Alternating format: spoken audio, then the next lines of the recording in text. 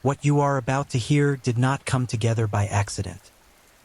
Hours of careful research and quiet, unhurried work went into shaping every word of tonight's story. Each detail was selected with intention to keep you at ease while remaining faithful to everything that actually unfolded. This channel was built for one purpose: to shine a steady light on the stories that the passage of time almost swallowed whole. Louisiana's first recorded serial killer of St. Landry Parish, 4 women. 1 man. A community that never saw it coming. Welcome to True Crime Headquarters. This evening, we uncover 3 disturbing cases where the truth lurked far beneath a harmless surface. Now, please take a moment to settle in. Breathe slowly. Let the outside world fade. This is the story of the charcoal lounge strangler, John Peter Malveaux, a.k.a. the altar boy of Opelousas. Now let's begin. The last thing for women ever felt was the same pair of hands that had once folded in prayer.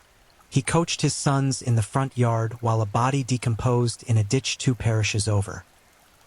He waved at neighbors from his trailer porch, cracked jokes at the bar, shook the preacher's hand on Sunday, and then, when the moon climbed high over the Louisiana flatlands and the bayou swallowed every sound but crickets and the distant bark of a dog, he became something else entirely.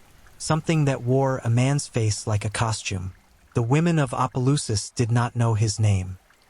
They did not know that the quiet, broad-shouldered man who smiled too easily and bought rounds for strangers at the charcoal lounge was methodically selecting them, studying them, waiting for the moment they were most vulnerable, and then pressing the life out of them with his bare hands until their eyes stopped seeing and their lungs stopped begging. He was not a phantom. He was not a drifter. He was a father of 6, a former altar boy, a neighbor people genuinely liked, and he was St. Landry Parish's first recorded serial killer. This is the story of John Peter Malveaux. And by the time it is over, you will understand that the most terrifying monsters are not the ones lurking in shadows. They are the ones sitting beside you, laughing, breathing, blending in, until the night they decide you are next. Please, if you enjoy listening and would like to find this channel again, you're welcome to subscribe. There is a particular kind of dread that settles over a community when it realizes the predator it feared was never a stranger. It is not the sharp, electric terror of discovering something foreign in your midst. It is something slower, colder, more corrosive. It is the understanding that trust itself was the weapon used against you. That the very normalcy you relied upon to feel safe was the camouflage worn by something deeply and irreparably broken.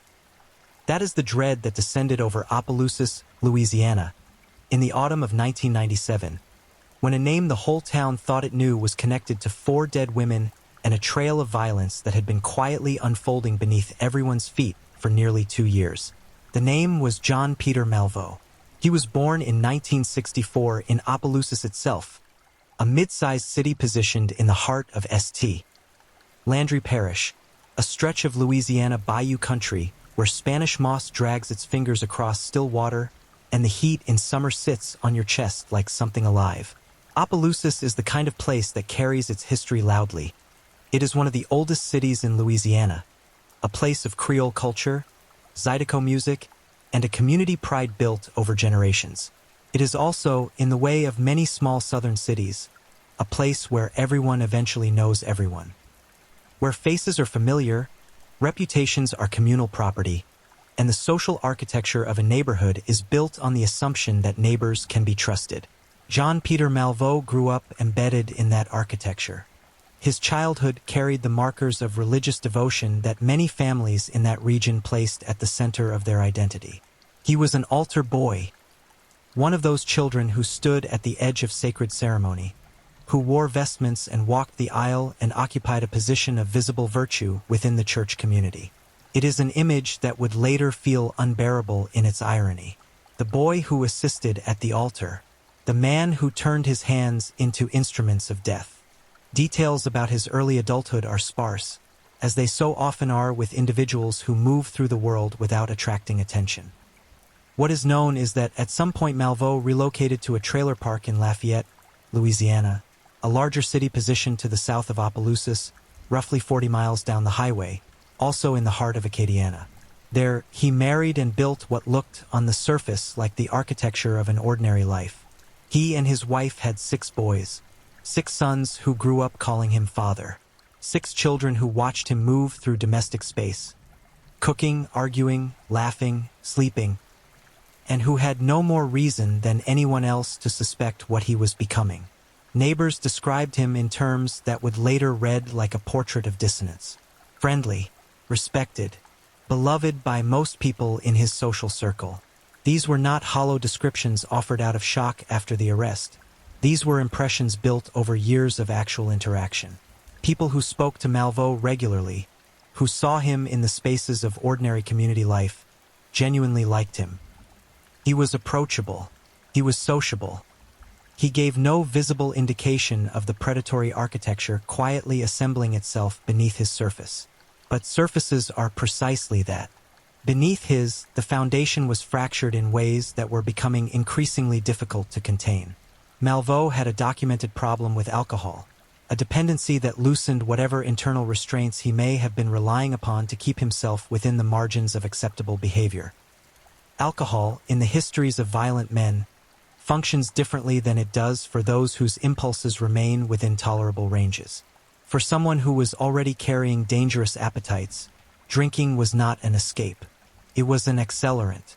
And alongside his drinking, Malveaux maintained a strained and turbulent relationship with the local apostolic church, a congregation whose doctrinal strictness may have represented, for him, an ongoing internal conflict between the religious identity of his upbringing and the appetites that had taken root in the silence between his public and private selves. None of this was visible to the community at large. None of this translated into visible warning signs that his neighbors or family members recognized and reported. He remained, to the world that interacted with him daily, a known and trusted figure. That was his most dangerous quality, and it was one he never lost, not even at the very end, when the evidence against him was overwhelming and the bodies of 4 women had already been laid in the ground. This is the particular horror of what criminologists sometimes call the organized predator, the individual who commits extreme violence not in spite of their social integration, but while fully maintaining it. Malveaux moved between 2 worlds with a fluidity that should be deeply unsettling to anyone who assumes that monsters announce themselves. He attended to his family. He socialized with neighbors. He drank at local bars. He frequented nightclubs. And in the spaces between these ordinary activities, he hunted. The geography of his crimes tells its own story. Opelousas and the surrounding parishes of St. Landry and Evangeline are flat, rural landscapes punctuated by small towns, long stretches of 2-lane highway, and agricultural land that stretches to every horizon. There are ditches alongside those roads that are deep and overgrown, places where an object or a body can lie undiscovered for days. There are storage sheds and vacant lots and the kind of semi-public spaces that exist in the margins of small cities, between the neighborhoods and the outskirts, where things happen that no one sees. Malveaux knew this geography intimately.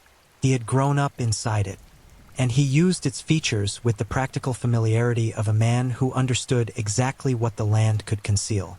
His victims were women, all of them. That is not incidental. It is a defining element of his predatory pattern. His targets were primarily vulnerable women encountered opportunistically, particularly during evenings in familiar or semi-familiar settings. He was not a random opportunist in the chaotic sense. He was selective in the way that organized predators are selective, identifying individuals in situations of relative isolation, in moments when their vulnerability was greatest, and engineering encounters that moved them from public space to private space before the violence began. He lured them. That word is important. Luring implies a presentation of safety, an offer of something benign that conceals something lethal. Malveaux's apparent friendliness, his social legitimacy, his familiar face in community spaces, these were not incidental to his crimes. They were the mechanism of them. A woman who did not know him had no reason to fear him, and a woman who did know him had even less reason to be afraid. He was someone's neighbor, someone's drinking companion, someone's harmless acquaintance from around town. That perception was the door through which he entered his victim's trust, and once inside that trust, the door closed behind them both. What he did when they were alone together, in rural fields, in storage sheds, in the dark margins of the parish, was the opposite of everything his public persona suggested. He was not kind in those moments. He was not friendly. He was methodical, brutal, and completely without mercy. He used his hands. That distinction matters enormously. Strangulation by hand is not a passive act. It is intimate in the most horrifying sense. It requires the perpetrator to be close, to maintain physical contact throughout the death, to feel the resistance and then the cessation of the victim's struggle. It requires force sustained over an extended period, because the human body does not surrender quickly. It fights. The muscles of the neck resist. The victim's hands reach and claw and push. The lungs burn. The vision fractures into dark. And through all of that, the strangler maintains their grip, present and deliberate, until the body beneath them goes completely still. That is what John Peter Malveaux chose again and again. Not a weapon that created distance between himself and his victims. His own hands, his own force, his own sustained physical presence at the moment of each woman's death. Whatever that choice reveals about him psychologically is something investigators and criminologists can debate. What it reveals practically is a man who was not troubled by the intimacy of what he was doing, who did not flinch from it, who returned to it, to exactly that method, with exactly that deliberateness, across multiple victims, across multiple months, as though it were a compulsion so deeply embedded that it admitted no variation. The first suspected victim associated with Malveau's name was a woman named Melissa Thomas. She was allegedly strangled at Little Zion Cemetery in the northern part of Opelousas on January 31, 1996, a location that carries its own layer of disturbing symbolism, a graveyard chosen as a killing ground. Malveaux was at one point considered a suspect in her death, but years later, notorious serial killer Samuel Little confessed to her murder, and she was ultimately removed from the list of Malveau's confirmed victims. The uncertainty surrounding Thomas's case, however, speaks to the broader atmosphere of violence and female vulnerability that characterized this stretch of Louisiana history, a period during which multiple predatory men were, apparently, operating in the same geographic region with the same general methodology, and during which the mechanisms for connecting their crimes were not yet fully developed. What is confirmed, what Malveaux himself eventually confessed to in detail, providing information that only the perpetrator could have possessed, is that he killed 4 women between February 1996 and October 1997. 4 women who had names, families, histories, and futures that he extinguished with his hands in the darkness of rural Louisiana. 4 women whose deaths were, in at least one case, initially misclassified by authorities. 4 women who deserved far more than the end they received. The community of Opelousas had no idea that a killer was embedded among them. The bars and nightclubs where Malveaux drank and socialized continued to fill with patrons who trusted one another with the unconscious ease of familiar community. The roads between parishes continued to carry women traveling alone, women who stopped at clubs, women who accepted rides from men they recognized. And John Peter Malveaux continued to move through all of it, smiling, drinking, waiting, a man with a secret that was accumulating bodies and would not surface until a woman who was supposed to be dead woke up instead and ran. That is the story of how he was caught. But before we arrive there, we must follow the crimes themselves. Through the cold February night when Diane Sam was left in a parking lot with the life pressed out of her, through the July heat when 2 women were abandoned side by side near an airport runway, through the October evening when a survivor's bleeding eyes were the last thing Malveaux saw before he made the critical mistake of assuming she was already gone. We must walk through it all, because these women's stories deserve to be told in full. Because the record of what happened to them is the only complete accounting of what John Peter Malveaux actually was. Not the neighbor, not the father, not the friendly face at the bar, but the thing beneath all of that. The thing that used those hands. The first woman he killed in what would become his confirmed pattern of murder was Diane Sam. She was 38 years old. She lived in Opelousas, in the community where Malveau himself had roots, among people who knew one another and moved through the same streets and the same social spaces. She was not a stranger to him, or at least not entirely. That much is suggested by the nature of the encounter that ended her life. She refused him.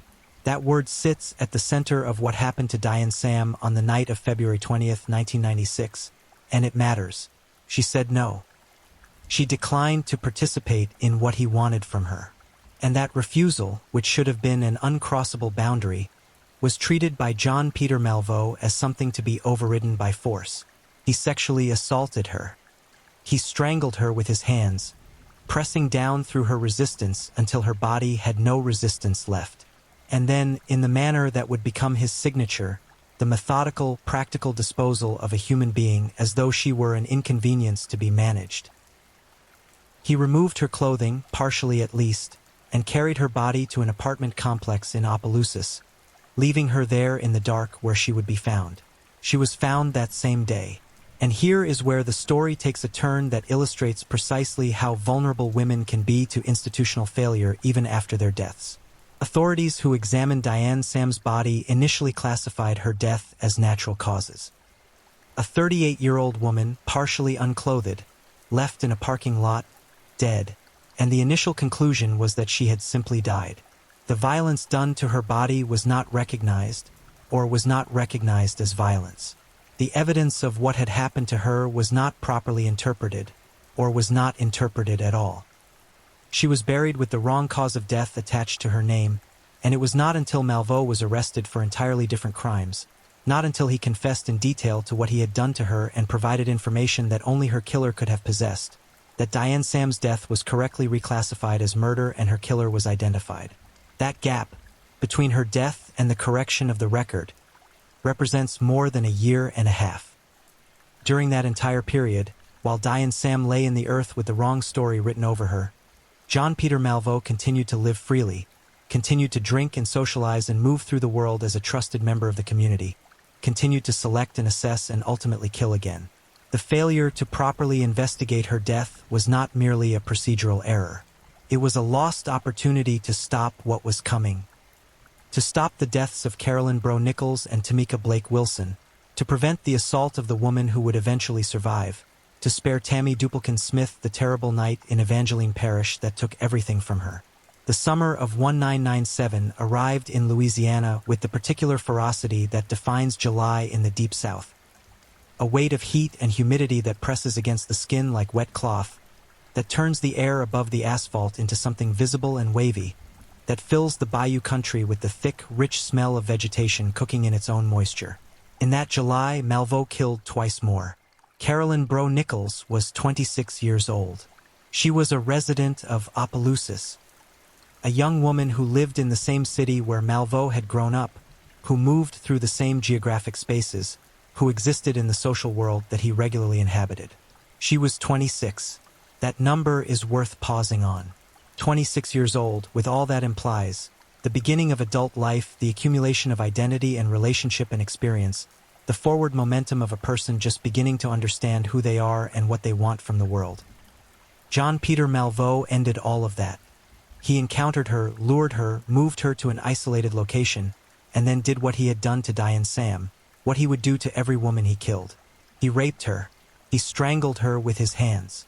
He left her body in the open air. Tamika Blake Wilson was also 26. She had traveled to Louisiana from Baltimore, Maryland, a visitor from far away, in a city and a parish that was not her home territory, in an environment whose social geography she did not know and could not read for danger. She was visiting, which means she was temporarily outside the network of people who knew her, temporarily in spaces where she did not have the protective familiarity of being recognized and embedded in community. That may not have made her specifically more vulnerable to Malveau. His pattern did not exclusively target strangers, but it meant that her absence from her normal life might not be immediately noticed or reported, that the threads connecting her to the investigation might be harder to pull. Both women's bodies were later found abandoned near the St. Landry Parish Airport by a passerby. Think about that geography for a moment. An airport, a place of departure, of movement between one life and another, of arrivals and transitions. became the backdrop for discovery. The bodies of two young women, both 26 years old, both encountered and killed by the same man within the same summer month, left in the same location like discarded things. The passerby who found them would carry that image for the rest of their life.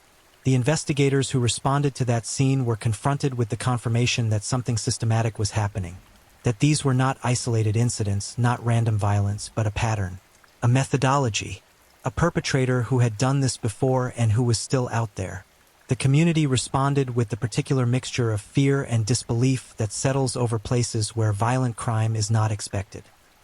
Opelousas was not naive about the existence of violence, no American city of its size is, but the idea of a serial predator targeting women specifically, using the same method repeatedly, operating without detection across multiple parishes, was a different category of threat. Investigators from St. Landry Parish and surrounding areas began working to build a picture of what they were dealing with, to identify commonalities between the victims, to find the thread that connected these deaths and pointed toward a perpetrator. What they could not know, what no one could know from the outside, was that the man responsible was someone already woven into the fabric of the community they were trying to protect. That the face on the other side of this investigation was a face people recognized. That the hands they were looking for had shaken hands with investigators, with neighbors, with the families of victims themselves. Malveaux, for his part, continued. The killings of Nichols and Wilson did not slow him. They did not produce the kind of internal reckoning that might have stopped another man. The confrontation with consequence, the recognition of what he was becoming, the fear of being caught. Whether he felt none of these things or simply felt something stronger that overrode them is a question his own later statements do little to clarify. After his arrest, he would say that he did not understand why he had started killing, that he knew God wanted him to plead guilty, that he was not, in his own estimation, a killer. These statements, offered by a man who had confessed in detail to 4 murders and 1 attempted murder, reveal either a profound compartmentalization of his own actions or a self-conception so thoroughly dissociated from the reality of what he had done that the two occupied entirely separate chambers of his mind. October 1997. The summer had broken into the marginally cooler temperature of a Louisiana autumn, though cool is a relative term in that part of the country. On October 19th, Malveaux was at a nightclub in Opelousas. The familiar environment, the social setting, the bar and the music and the movement of people who came to drink and dance and exist in the temporary release of a Friday or Saturday night. He met a woman there. The details of how that meeting went, what was said between them, what impression he gave her, these are not fully recorded in the public account of what followed. What is recorded is what came next. He took her to a storage shed behind Lincoln Street, where he proceeded to rape and attempt to strangle her. A storage shed. The deliberateness of that destination is significant. This was not an impulsive act, not a crime of pure spontaneous rage. A storage shed is a destination. Someone had to know it was there, know it was accessible, know it was sufficiently isolated from observation to be used for what he intended. The choice of that location suggests either prior planning or intimate familiarity with the area's marginal spaces, the places between places, the structures that exist in the background of neighborhoods, largely unnoticed, largely unfrequented. Inside that shed, he committed the same assault he had committed on 3 women before her. And then he wrapped his hands around her throat and began to squeeze. He applied force. Sustained, deliberate, crushing force. Due to the overwhelming force she was being strangled with, the victim's eyes started bleeding and she lost consciousness, leading her attacker to believe that she was dead. Her eyes bled. The pressure he applied was so extreme, so far beyond what would have been necessary to render her unconscious, that the vessels in her eyes ruptured under the force. This was not restrained violence. This was ferocious, committed violence. The application of maximum force to ensure that the person beneath him would not survive. That is what he did to this woman, in the dark of a storage shed while the rest of Opelousas continued its evening, while people laughed in bars and drove home along quiet streets and put their children to bed. He left her for dead. He was certain she was gone. He walked away from that shed with the confidence of a man who had done this before and knew what finished looked like. He was wrong. She came back. That is the simple, extraordinary, terrifying fact at the center of this part of the story. The woman left for dead in the storage shed on Lincoln Street, the woman whose eyes had bled from the force of his hands, did not die. In the silence of that shed, in the hours after Malveaux had walked away from what he was certain was a corpse, something in her physiology refused the conclusion he had reached. Unbeknownst to Malveaux, she came to her senses a few hours later and ran to the nearest house to search for help, informing authorities that she had just been assaulted. Imagine that return to consciousness, the darkness of the shed, the disorientation of a body that has been taken to the edge of death and pulled back by its own involuntary insistence on survival. The pain in her throat, in her eyes, in every part of her body that had been subjected to what he did. And then, through all of that, the decision to move, to get up, to run, not to lie there and surrender to the possibility that he might come back, not to remain in the space where the worst thing had happened, but to get out, to find people, to find light and safety and the presence of other human beings. She ran to the nearest house. She told them what had happened. What she had to offer investigators was invaluable. A surviving victim, someone who had seen his face, who had been in his vehicle, who could describe him, who had experienced his methodology firsthand and survived to report it, represented a quality of evidence that the 4 dead women, tragically, could not provide. She gave a detailed description. The survivor provided a detailed description of her attacker and his vehicle to investigators shortly after the incident, which became pivotal in linking Malveaux to the ongoing series of murders. For the first time, the investigation had a thread that could be pulled, a direction to move in, a description to match against names and faces and vehicles. Malveaux did not know this. He was walking through the world in the confidence of a man who believed his mistake had died with her. He had no idea that the woman he left in that shed was alive, that she had run, that she had talked, that her description was now in the hands of investigators who were finally, beginning to close the distance between themselves and the man responsible for the deaths that had been accumulating in the parishes around Opelousas. 10 days passed between the assault on the surviving victim and the murder of his final confirmed victim.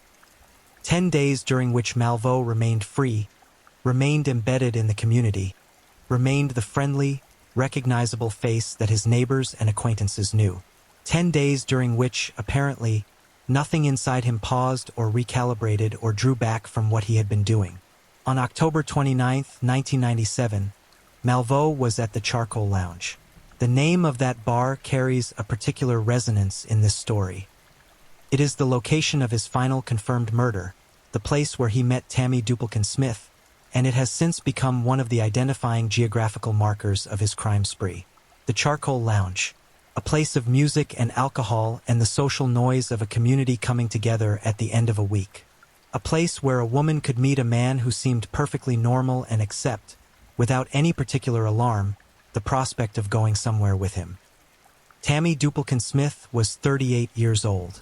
She was from Lafayette, from the city where Malveaux also had roots, the city where he had moved and raised his family and established the domestic facade of his ordinary life. She was not a stranger to the general social world Malveaux occupied. That evening, at the Charcoal Lounge, she encountered him. What they said to each other, how he presented himself, what reasons he gave her, or whether he needed to give reasons at all in the relaxed, trusting atmosphere of a local bar, none of this is fully documented. What is documented is that she got into a vehicle with him. He drove her out of the city. He drove her away from the lights and the people and the ambient safety of populated space, out into the rural darkness of the surrounding parishes. He drove east, out of St. Landry Parish, across the line into Evangeline Parish, the flat, quiet agricultural territory to the north and east of Opelousas, where the roads narrow and the distances between structures lengthen and the darkness at night is the deep, complete darkness of land that doesn't generate its own light. He found a rural spot.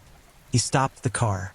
And then he did to Tammy Duplekin Smith what he had done to Diane Sam, to Carolyn Bro Nichols, to Tamika Blake Wilson. He raped her. He wrapped his hands around her throat.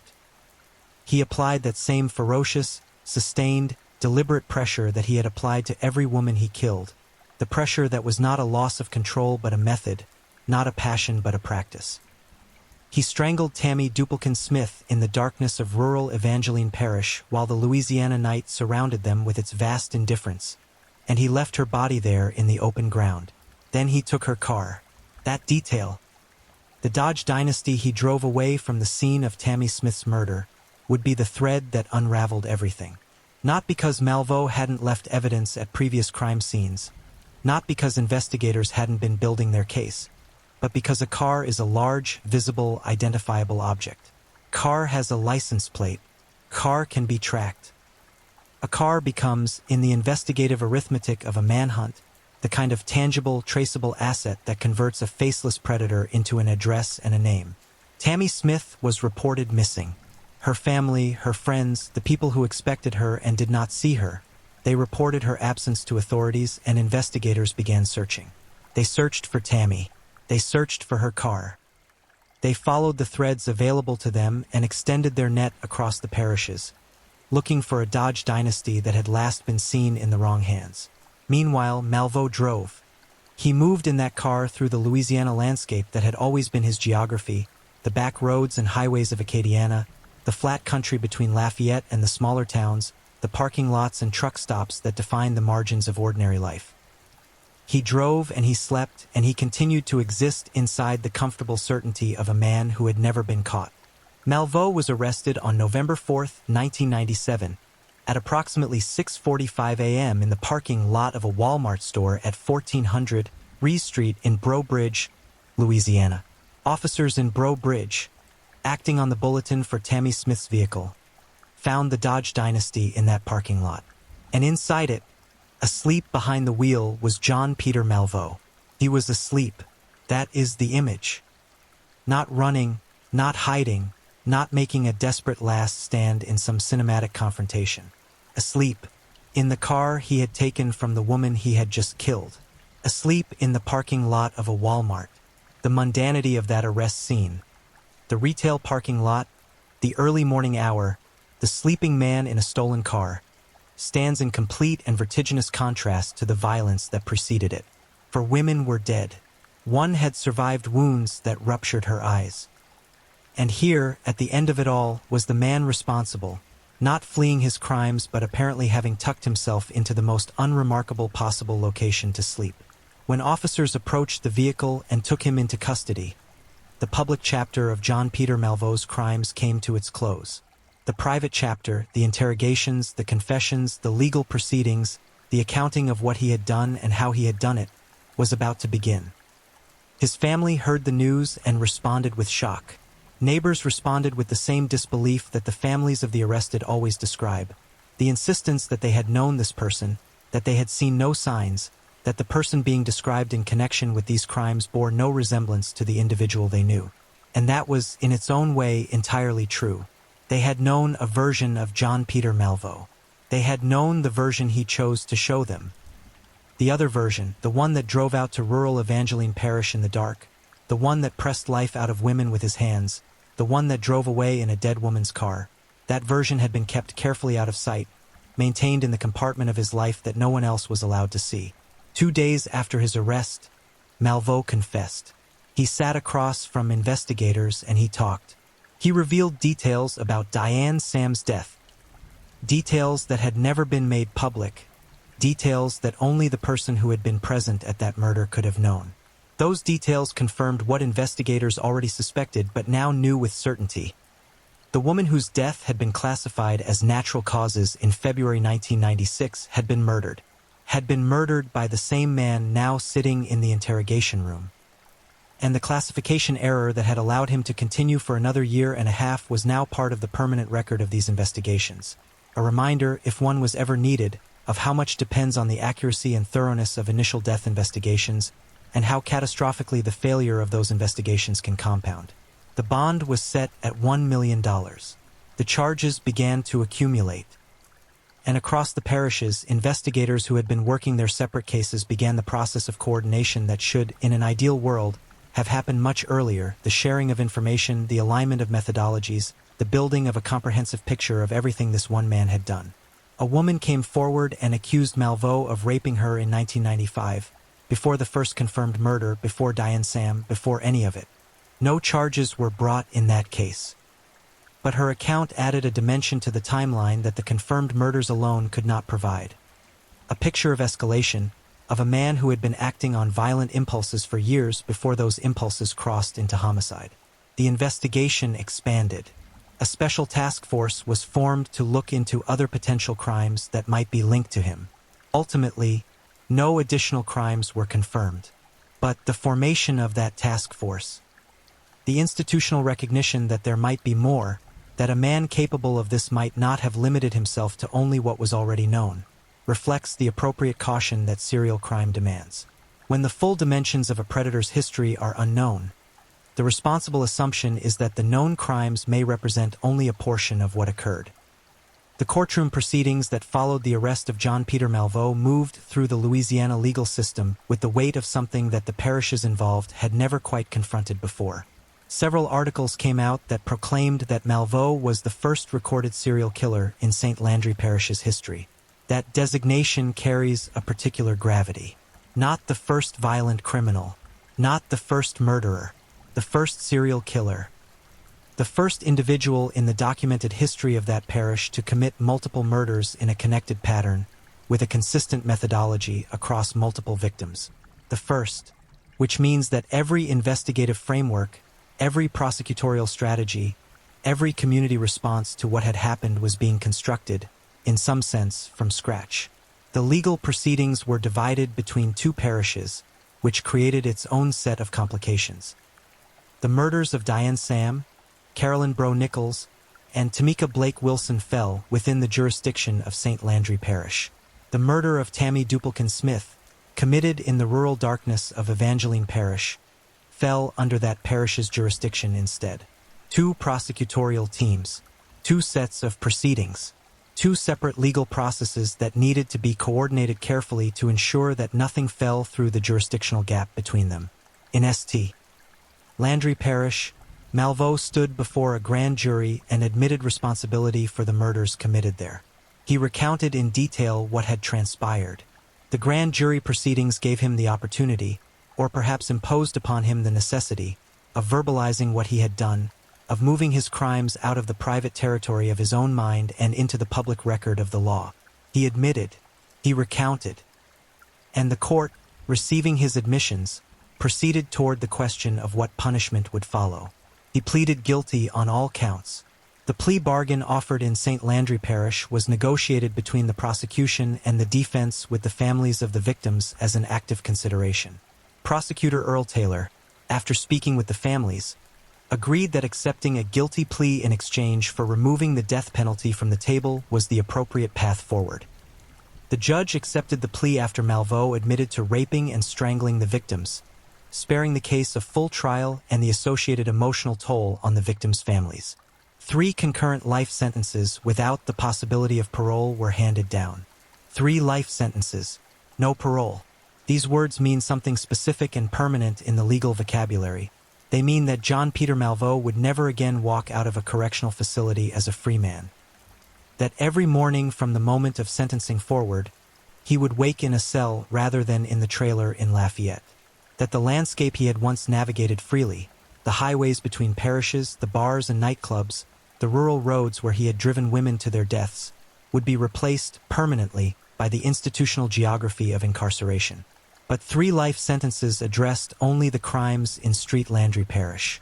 The 4th murder, Tammy Duplekin Smith, killed in Evangeline Parish, remained unresolved. The Evangeline Parish proceedings produced a moment of legal complexity that extended the process. During those proceedings, Malveaux recanted a claim he had made during his initial interrogation, specifically, his statement about where exactly in the geography of the parish's Tammy Smith had been killed. He now claimed that he had actually killed her in St.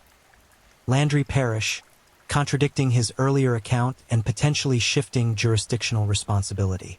The recantation was enough to pause the proceedings and trigger additional investigation. Coroner Roderick Perron was brought in to examine the available evidence. 5 days after Malveaux's recantation, Perron released his findings. Smith had died in Evangeline Parish, exactly as Malveaux had originally indicated. The proceedings in Evangeline Parish resumed. Under Louisiana law, the theft of Smith's car was registered as possible robbery, which meant that Malveaux was eligible for the death penalty if convicted. The Dodge dynasty he had driven away from her body, that mundane, practical decision to keep a dead woman's car, had elevated the charges against him to a level that carried a potential death sentence under Louisiana statutes. The legal machinery of capital punishment was available to the prosecution in this case, and the question of whether to pursue it was one that Prosecutor Earl Taylor had to weigh carefully. After consulting with the family members of Tammy Duplekin Smith, Taylor chose not to seek the death penalty. He accepted a plea bargain that removed capital punishment from the equation in exchange for a fourth life sentence without the possibility of parole. On April 3, 1998, he again pleaded guilty before Judge James Genovese. The fourth life sentence was added to the 3 he had already received. For life sentences, for women, the mathematics of it are stark and terrible in their symmetry. After sentencing, Malveaux spoke. What he said has been recorded and reported, and it stands as one of the most dissonant public statements in this entire narrative. He expressed apparent remorse. He said he believed that God wanted him to plead guilty. And then, in words that investigators, prosecutors, and the families of his victims have had to sit with ever since, he said that he was not a killer, that he could not explain why he had started killing in the first place. He was not a killer. That is what John Peter Malveaux said after confessing to 4 murders, after providing investigators with details that confirmed his guilt beyond any reasonable question, after pleading guilty in 2 separate parishes before 2 separate judges. He was not a killer. He could not explain it. There are several ways to interpret those statements. The most charitable interpretation, one that aligns with the psychological literature on severe compartmentalization, is that Malveaux had so thoroughly partitioned the murdering self from the social self that the two had never fully integrated into a unified identity. That the person standing in the courtroom genuinely experienced some dissociative barrier between his actions and his self-conception. That the John Peter Malveaux who stood before the judge felt, at some level, distinct from the John Peter Malveaux who had pressed his hands around 4 women's throats. The less charitable interpretation, and the one more consistent with the observable pattern of his behavior, is that this was simply the last manifestation of the same performance he had maintained throughout his entire criminal career. The presentation of normalcy, of ordinariness, of a man who was something other than what he was. He had performed that role for his neighbors. He had performed it for his family. He had performed it for his victims, right up to the moment they were alone and isolated and the performance was no longer necessary. Perhaps, in the courtroom, he was simply performing it for the judges and the assembled public one final time.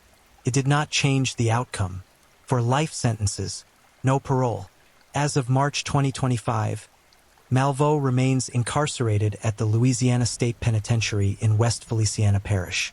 Louisiana State Penitentiary, also known as Angola, is one of the most storied and consequential correctional institutions in American history, a sprawling facility in the remote northwest corner of West Feliciana Parish, surrounded on 3 sides by the Mississippi River, isolated by geography as much as by law.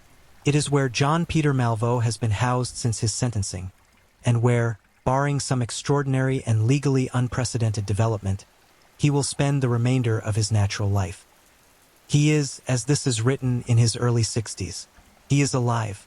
He is breathing, eating, existing within the institutional rhythms of a maximum security facility.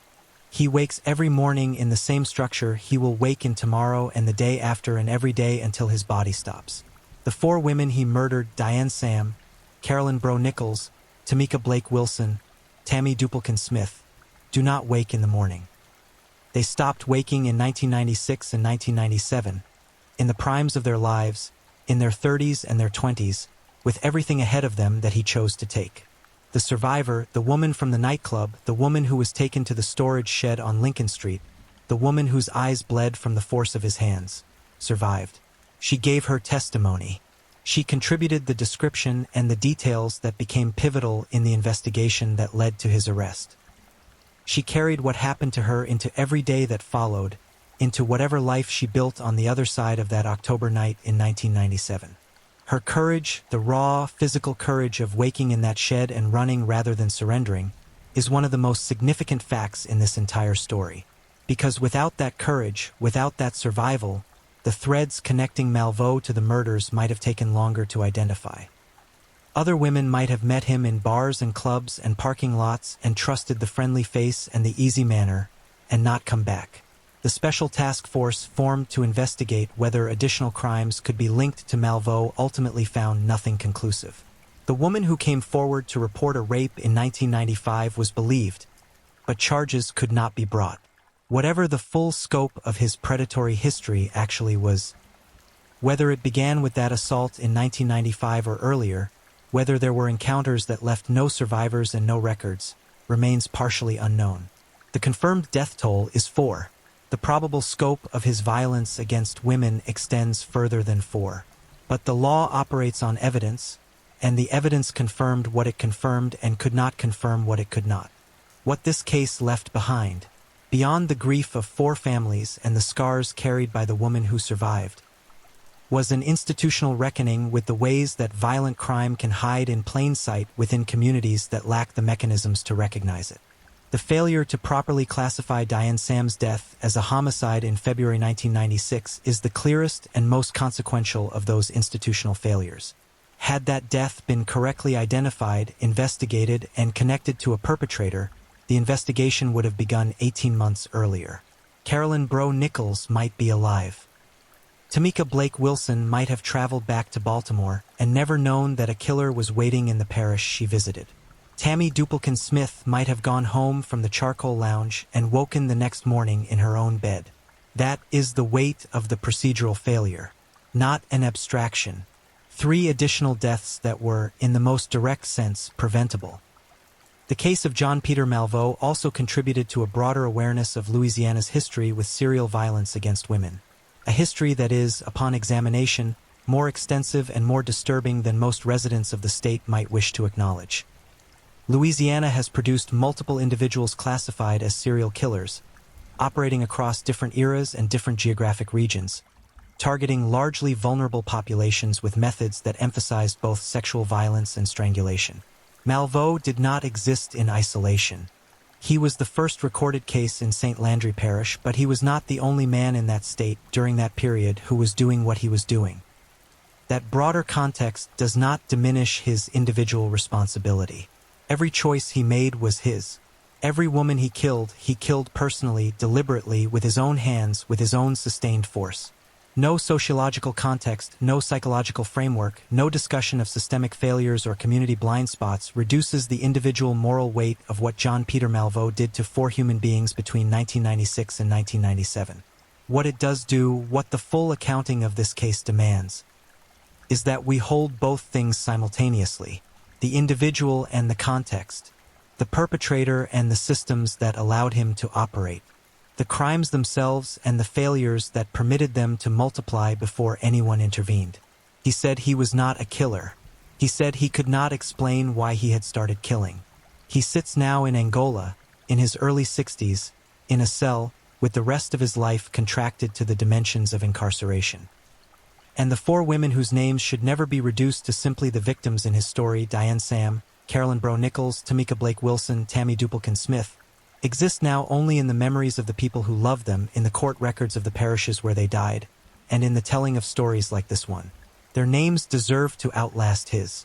Their lives, abbreviated and violently taken, deserve to be the center of this narrative, not the monster who ended them. He was the first recorded serial killer in St. Landry Parish history. He was also a father, a neighbor, an altar boy, a man who smiled easily and drank at the bar and shook hands and seemed, to everyone who knew him, completely, devastatingly ordinary. That is the most important thing this story leaves us with. Not the fear of strangers, the understanding that the familiar face, the trusted name, the unremarkable man in the ordinary setting, these are not guarantees of safety. They are simply what we see. And what we see, as John Peter Malveaux proved across the flat Louisiana parishes in the final years of the 20th century, is not always what is there. If you're new here, welcome to the channel, where we dive into true crime stories with calmness and respect. A special shout out to my amazing subscribers who've been with me from the start. Thank you for your incredible support.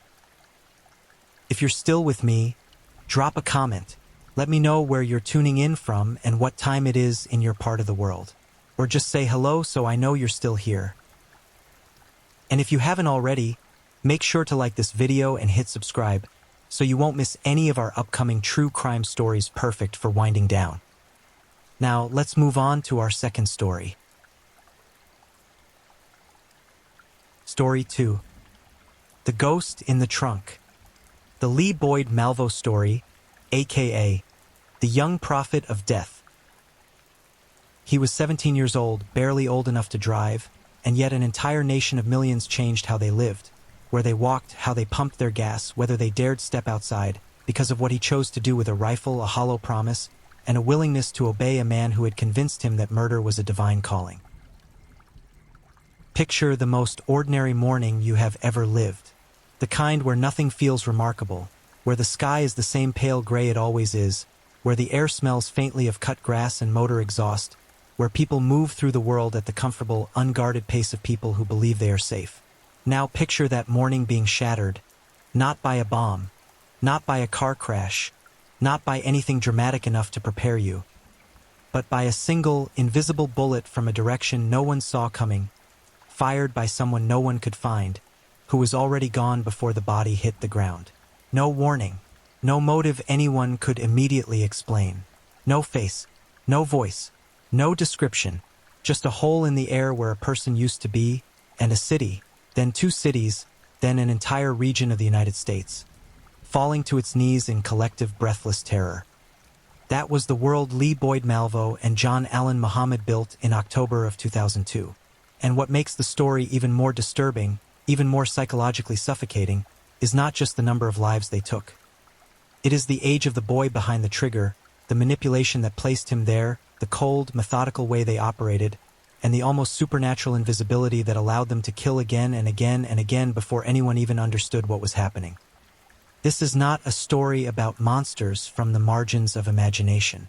This is a story about a teenager, a man who fancied himself a god, a blue Chevrolet Caprice with a hole cut in its trunk, and 23 days that changed the American capital forever. To understand the full, suffocating weight of what happened in October 2002, you cannot begin in October. You cannot begin in Washington. You cannot even begin in America. You have to begin on the island of Jamaica, in the fractured, unsupervised childhood of a boy named Lee Boyd Malvo, born February 18, 1985. A child who grew up largely without the grounding presence of a stable parent, without a fixed home, without the kind of consistent love that builds a young person's sense of self so firmly that no one else can hollow it out and refill it with something poisonous. Malvo's early years were marked by instability. His mother, Leslie, moved frequently and often left her son in the care of others while she sought work. There were stretches where Lee Boyd Malvo was essentially left to raise himself, shuffling between addresses, between caregivers, between countries, accumulating all the loneliness and disorientation that comes from having no true anchor in the world. He was, by most accounts, an intelligent child, attentive, quick to learn, eager for approval. Those qualities, in the right environment, might have produced someone extraordinary. In the environment that found him, they produced something far darker. A boy perfectly shaped to be molded. It was around the year 2000, in the small island nation of Antigua, that Lee Boyd Malvo first encountered the man who would reshape him entirely. John Allen Muhammad was 40 years old at the time. A Gulf War veteran, a former Army sergeant with expert marksman credentials, a man whose life had unraveled at the seams in the years since his military service. He had lost custody of his 3 biological children in an acrimonious divorce. He harbored resentments so deep and tangled that investigators would later struggle to fully map them. He had changed his name after joining the Nation of Islam, refashioning himself into something grander, something with greater internal mythology. And when he encountered a fatherless, drifting teenage boy named Lee Boyd Malvo in an electronics store in Antigua, something clicked behind his eyes. Muhammad introduced himself with warmth, with attention, with the kind of focused interest that a lonely child starved of consistent male guidance finds almost magnetically compelling. He spoke to Malvo as an equal. He fed him, clothed him, took an interest in his education. He offered structure. He offered purpose. He offered, most devastatingly, the feeling of being chosen.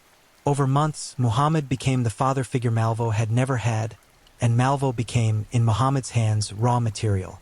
What Muhammad was building, and he was building deliberately with the patience of a man who had thought this through, was not just a companion or a protege.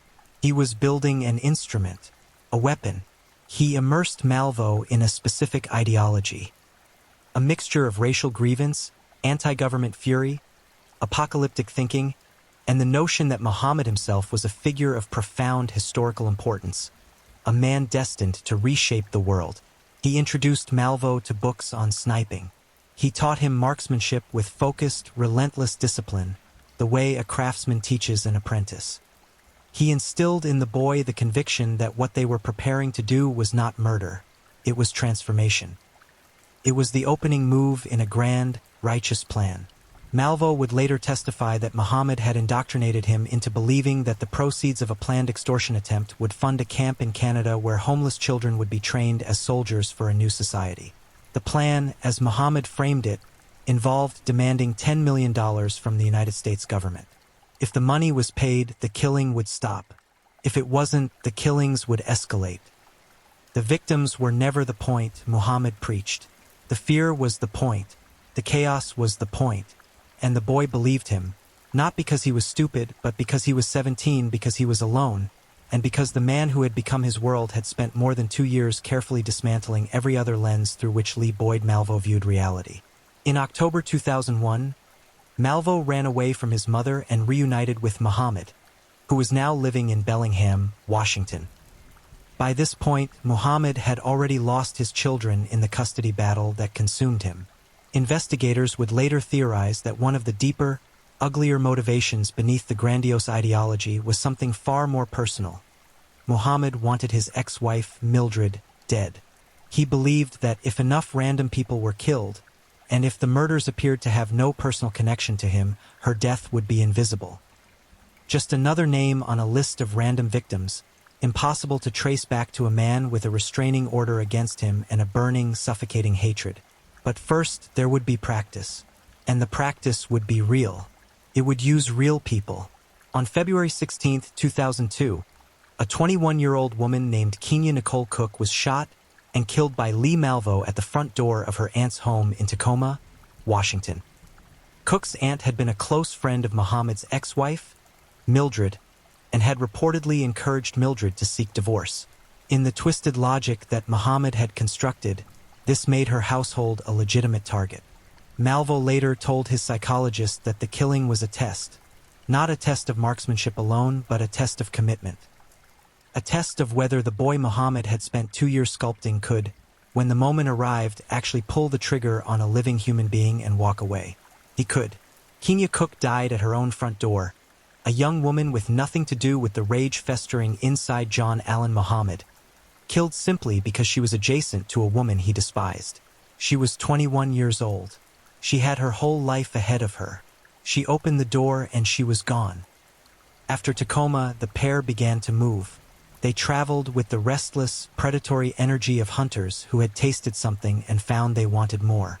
On March 19, 2002, Jerry Taylor, 60 years old, was shot and killed by a single bullet to the chest as he practiced chip shots at a golf course in Tucson, Arizona. He was simply a man enjoying his afternoon. A single, distant crack of sound. And then he was on the ground, and whoever had fired the shot was already elsewhere. The killings that followed across the spring and summer of 2002 were scattered geographically. Los Angeles, Tucson, Louisiana, Alabama, Georgia. A constellation of violence that investigators would only connect in retrospect, because no one yet knew they were looking for the same two people. On August 1, 2002, John Gaeta, 51 years old, was changing a tire that Malvo had deliberately slashed in a parking lot in Hammond, Louisiana. As Gaeta knelt beside his car, unaware, Malvo shot him in the neck. The bullet exited through his back. Gaeta pretended to be dead while Malvo robbed his wallet, then ran to a service station once they were gone, discovering he was bleeding and survived. That detail, the slashed tire, the staged helplessness, the calculated ambush of a man already in a vulnerable position, says something deeply disturbing about how these two operated. There was no rage in the moment. No escalating confrontation that got out of hand. There was only cold, deliberate positioning, the way a predator moves into range before striking. These were not crimes of passion. They were exercises. On September 5, 2002, Paul LaRufa, a 55-year-old pizzeria owner, was shot 6 times at close range while locking up his Italian restaurant in Clinton, Maryland. He survived, miraculously, his body absorbing bullet after bullet in the dark of a parking lot while he tried to process what was happening to him. His laptop computer was stolen. That laptop would later be found in Muhammad's car when the two were finally arrested. It had been used to map shooting sites and plan escape routes. Think about what that reveals. Before anyone in law enforcement had begun to connect these shootings, before anyone understood they were searching for a mobile, 2-person killing operation, Muhammad and Malvo were already documenting their work on a stolen computer. They were architects as much as killers. They studied exit routes. They identified sight lines. They selected kill zones with the same analytical detachment a contractor brings to a building site. On September 21, 2002, 41-year-old Million Woldemariam was shot in the head and back with a .22 caliber pistol outside a liquor store in Atlanta, Georgia, as he helped the owner close for the night. Hours later, the same day, 52-year-old Claudine Parker was shot in the chest and killed during a robbery at a Montgomery, Alabama liquor store. Her co-worker, 24-year-old Kelly Adams, was critically wounded with a bullet through the neck but survived. 2 attacks in 2 states, the same day. 2 women, one already dead, one fighting for her life in a hospital hours away. At the crime scene in Montgomery, one of the suspects had dropped something small and seemingly insignificant, a magazine. A fingerprint lifted from that magazine would, weeks later, change everything. By late September of 2002, Muhammad and Malvo were closing in on their primary theater of operation. They had acquired a weapon that would become infamous, a Bushmaster, 223 caliber semi-automatic rifle, a powerful, precise instrument capable of delivering a single bullet with devastating accuracy from distances that made the shooter virtually invisible to witnesses. They had modified their 1990 blue Chevrolet Caprice by cutting a circular hole in the trunk lid, removing the rear seat cushion, and creating a platform inside the trunk from which a person could lie completely flat, invisible to anyone looking at the car from outside, and fire through that hole with the precision of a trained marksman. The car looked unremarkable. It was the kind of vehicle that blended into any parking lot, any roadside, any rest stop without drawing a second glance. From the outside, it was just an aging blue sedan with a New Jersey license plate, the kind of car that no one would remember seeing because there was nothing about it worth remembering. Inside its trunk, Lee Boyd Malvo lay waiting, and the city of Washington, D.C., along with the suburbs of Maryland and Virginia that breathed in its orbit, had no idea what was coming. October 2, 2002, a Wednesday evening. The sky over Maryland was the specific shade of pewter that means autumn is no longer pretending. People moved through their lives at the gentle rhythm of early evening. Shopping, driving, heading home from work. At 5:20 in the afternoon, a shot rang out at a Michael's craft store in Aspen Hill, Maryland. The bullet punched through the store window and missed a cashier named and Chapman by a distance investigators would later describe as a matter of inches. She was not hit. She was not even immediately certain what had happened. She would spend the rest of her life understanding how close to death she came in that moment. Less than an hour later, at 6:02 in the evening, James D. Martin was crossing a parking lot at a Shoppers Food warehouse in Wheaton, Maryland. He was 55 years old, a program analyst for the National Oceanic and Atmospheric Administration, a man going about an ordinary evening errand. A single bullet struck him. He collapsed in that parking lot, the first death of what would become 3 weeks of unrelenting horror. No one on the ground knew yet that the shot fired at Michaels and the shot that killed James Martin were connected. No one understood, as the sun finished setting over Montgomery County, that something new and terrible had arrived. The next morning stripped away any remaining ambiguity. October 3, 2002. The morning rush hour. People drinking coffee. Parents dropping children at school. Workers heading into office buildings with the small, distracted energies of a Thursday morning. Between 7:41 a.m. and 9:58 a.m., a span of barely more than 2 hours, 4 people were shot and killed in Montgomery County, Maryland, and a fifth was murdered across the district line in Washington, D.C. The first was James "Sonny" Buchanan, 39 years old, a landscaper who was mowing the lawn outside a car dealership in North Bethesda at 7:41 in the morning. He was doing his job in the open air of an October morning when the bullet found him. He was dead before most of Washington had finished their first cup of coffee. 45 minutes later, at 8:12 a.m., a taxi driver named Prem Kumar Walekar, 54 years old, was pumping gas at a mobile station in Aspen Hill when a shot traveled through the air and ended his life. He was a man who had gotten up early to work, the way he always did, and he died in the brightness of a Thursday morning at a gas pump. At 8:37 a.m., Sarah Ramos, 34 years old and a mother from Silver Spring, was sitting on a bench outside a post office near a shopping center, sitting quietly, perhaps waiting for a ride, perhaps taking a moment in the cool morning air. A single bullet. She was gone. 21 minutes after Sarah Ramos died, at 9:58 a.m., Lori and Luis Rivera, 25 years old, was shot while vacuuming her minivan at a Shell gas station in Kensington. She had stopped to clean her vehicle. That small, domestic act of tidiness was the last thing she ever did. And then, later that same day, as the sun moved toward afternoon, Pascal Charlot, 72 years old, was shot in the chest as he walked along Georgia Avenue in Washington, D.C., that evening. He was taken to a hospital and died less than an hour later. 5 people killed in a single day, 4 in the span of 2 hours and 17 minutes that morning. Each one a different person, a different age, a different life. The only thing they shared was geography, the same loose web of suburbs north and northwest of Washington, and the terrible misfortune of being outside, visible and alive at the moment the blue Caprice was parked nearby, its trunk closed, the rifle barrel resting in that hole. The region did not merely react with fear. Convulsed. Law enforcement agencies mobilized at a scale rarely seen outside of wartime. Schools locked down. Parents kept children indoors. People who needed gas began crawling on the ground beside their cars as they pumped it, using the vehicle body as a shield, because no one knew the angle from which the shots were coming. Outdoor events were canceled. Sporting events were moved or suspended.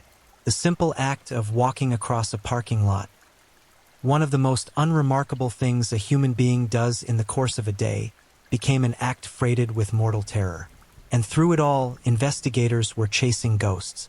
Witnesses at the early shootings had reported white vans, box trucks, nondescript vehicles of various kinds.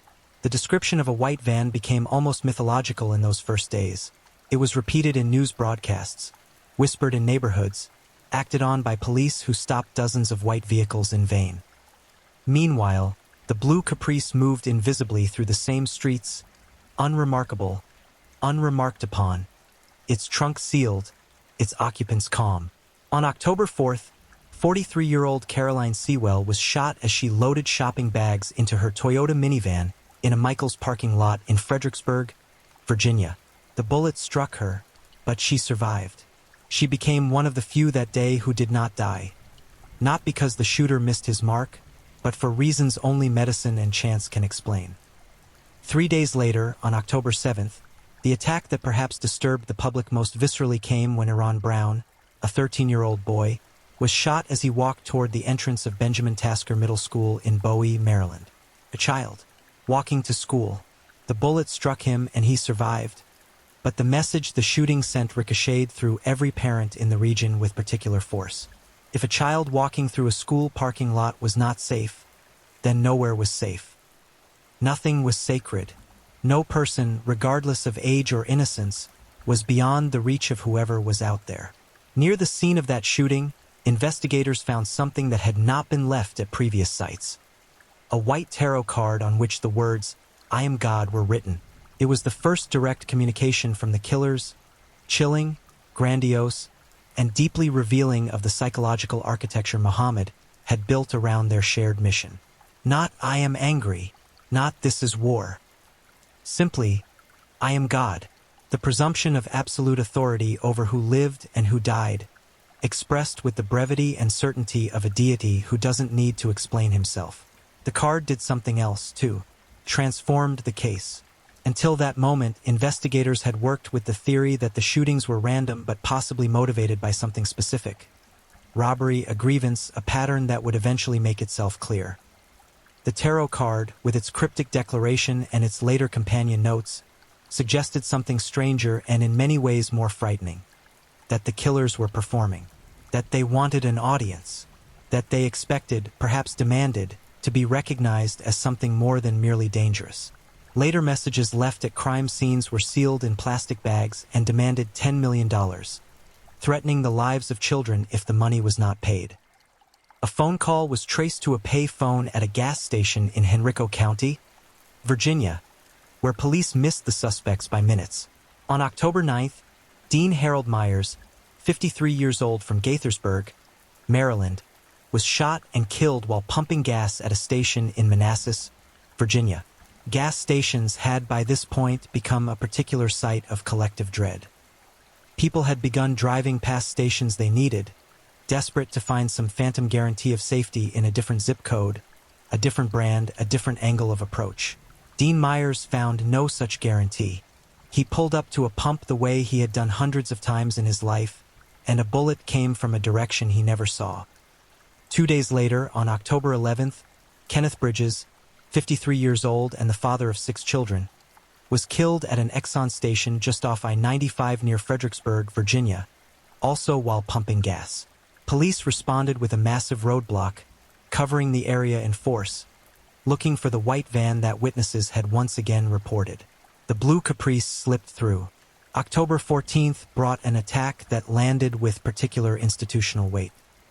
Linda Franklin, a 47-year-old analyst with the FBI itself, was shot and killed with a single bullet while she and her husband were loading purchases into their car outside a Home Depot in Falls Church, Virginia. She was one of the investigators' own, a woman who worked in the intelligence infrastructure of the very agency coordinating the manhunt. Her death sent a message through law enforcement circles that no memo could have delivered more effectively. The killers were not afraid of anything. They did not care who you were or who you worked for.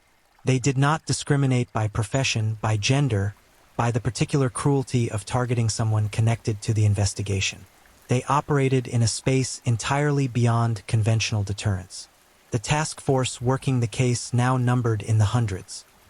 The FBI alone had some 400 agents across the country assigned to the investigation, manning tip lines, coordinating forensic analysis, building behavioral profiles of the unknown shooter or shooters.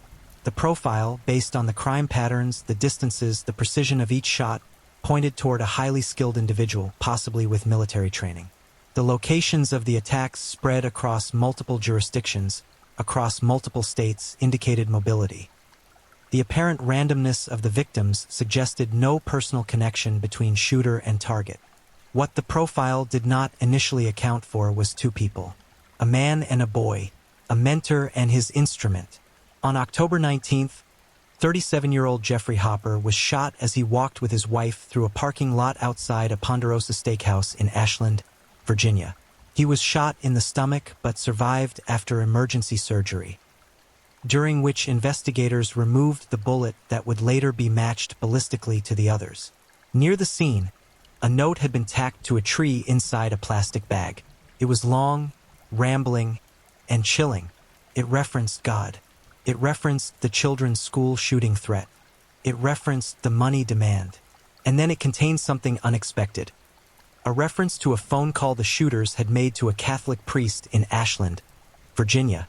In that call, for reasons investigators never fully understood, the shooter described their crimes and instructed the priest to tell police to investigate a robbery homicide at a liquor store in Montgomery, Alabama from the previous month.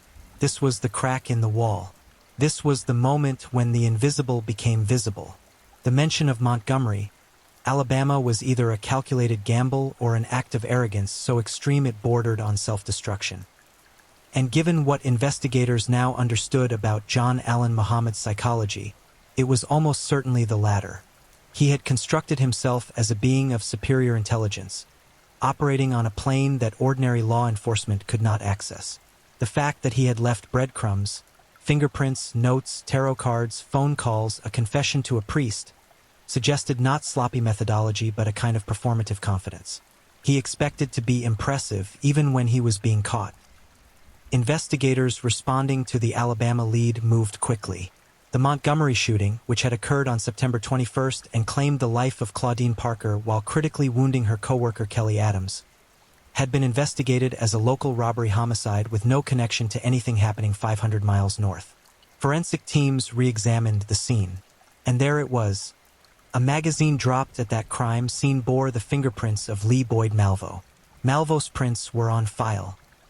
In December of 2001, he had been fingerprinted by U.S. Immigration and Naturalization Service agents.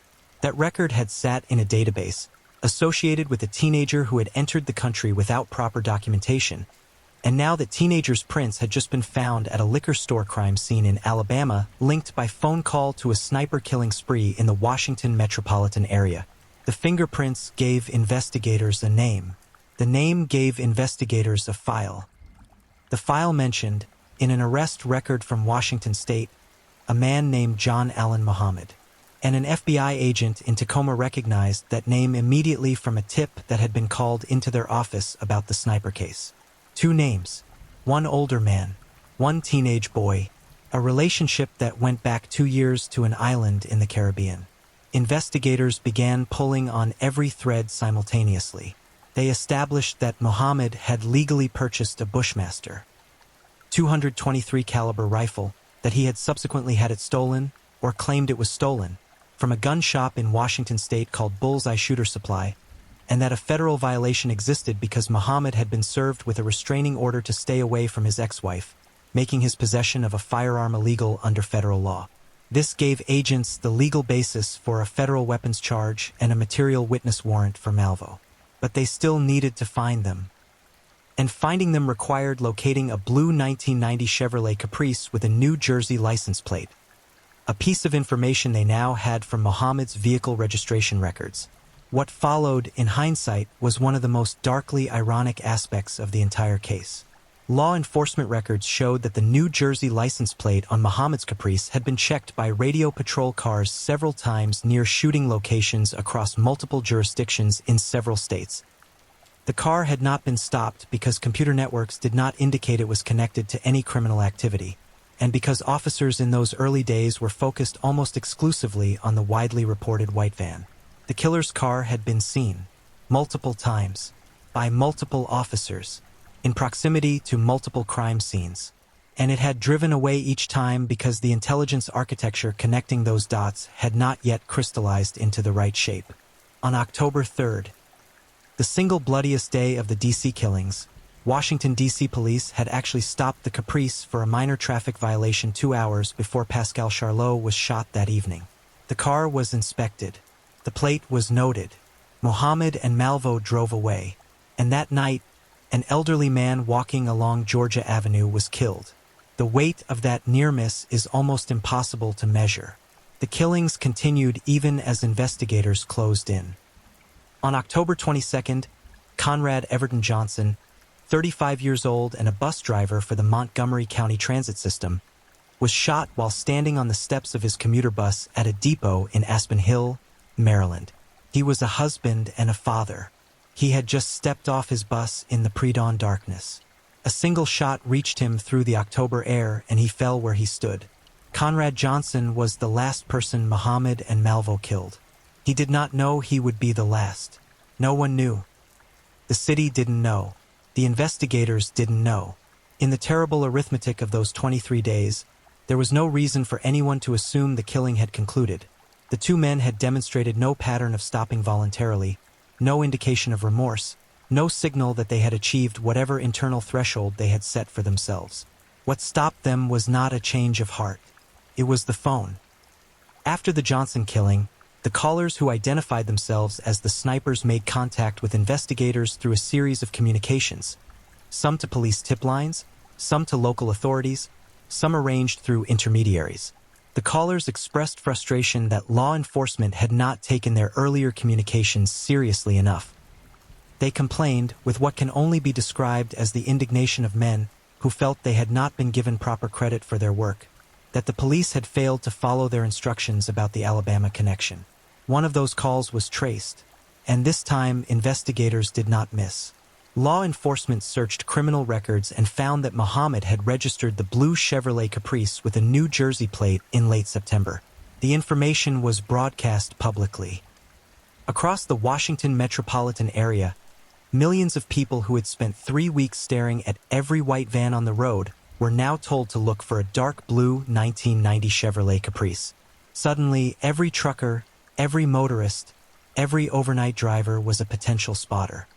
At approximately 11:45 p.m. on the night of October 23rd, the blue Caprice with its New Jersey license plate was spotted at a rest stop parking lot off Interstate 70 in Maryland. A civilian, a truck driver who had heard the broadcast, recognized it and called it in. Within the hour, law enforcement assembled a perimeter of extraordinary scale and discipline. Maryland State Police, Montgomery County SWAT, FBI hostage rescue team agents.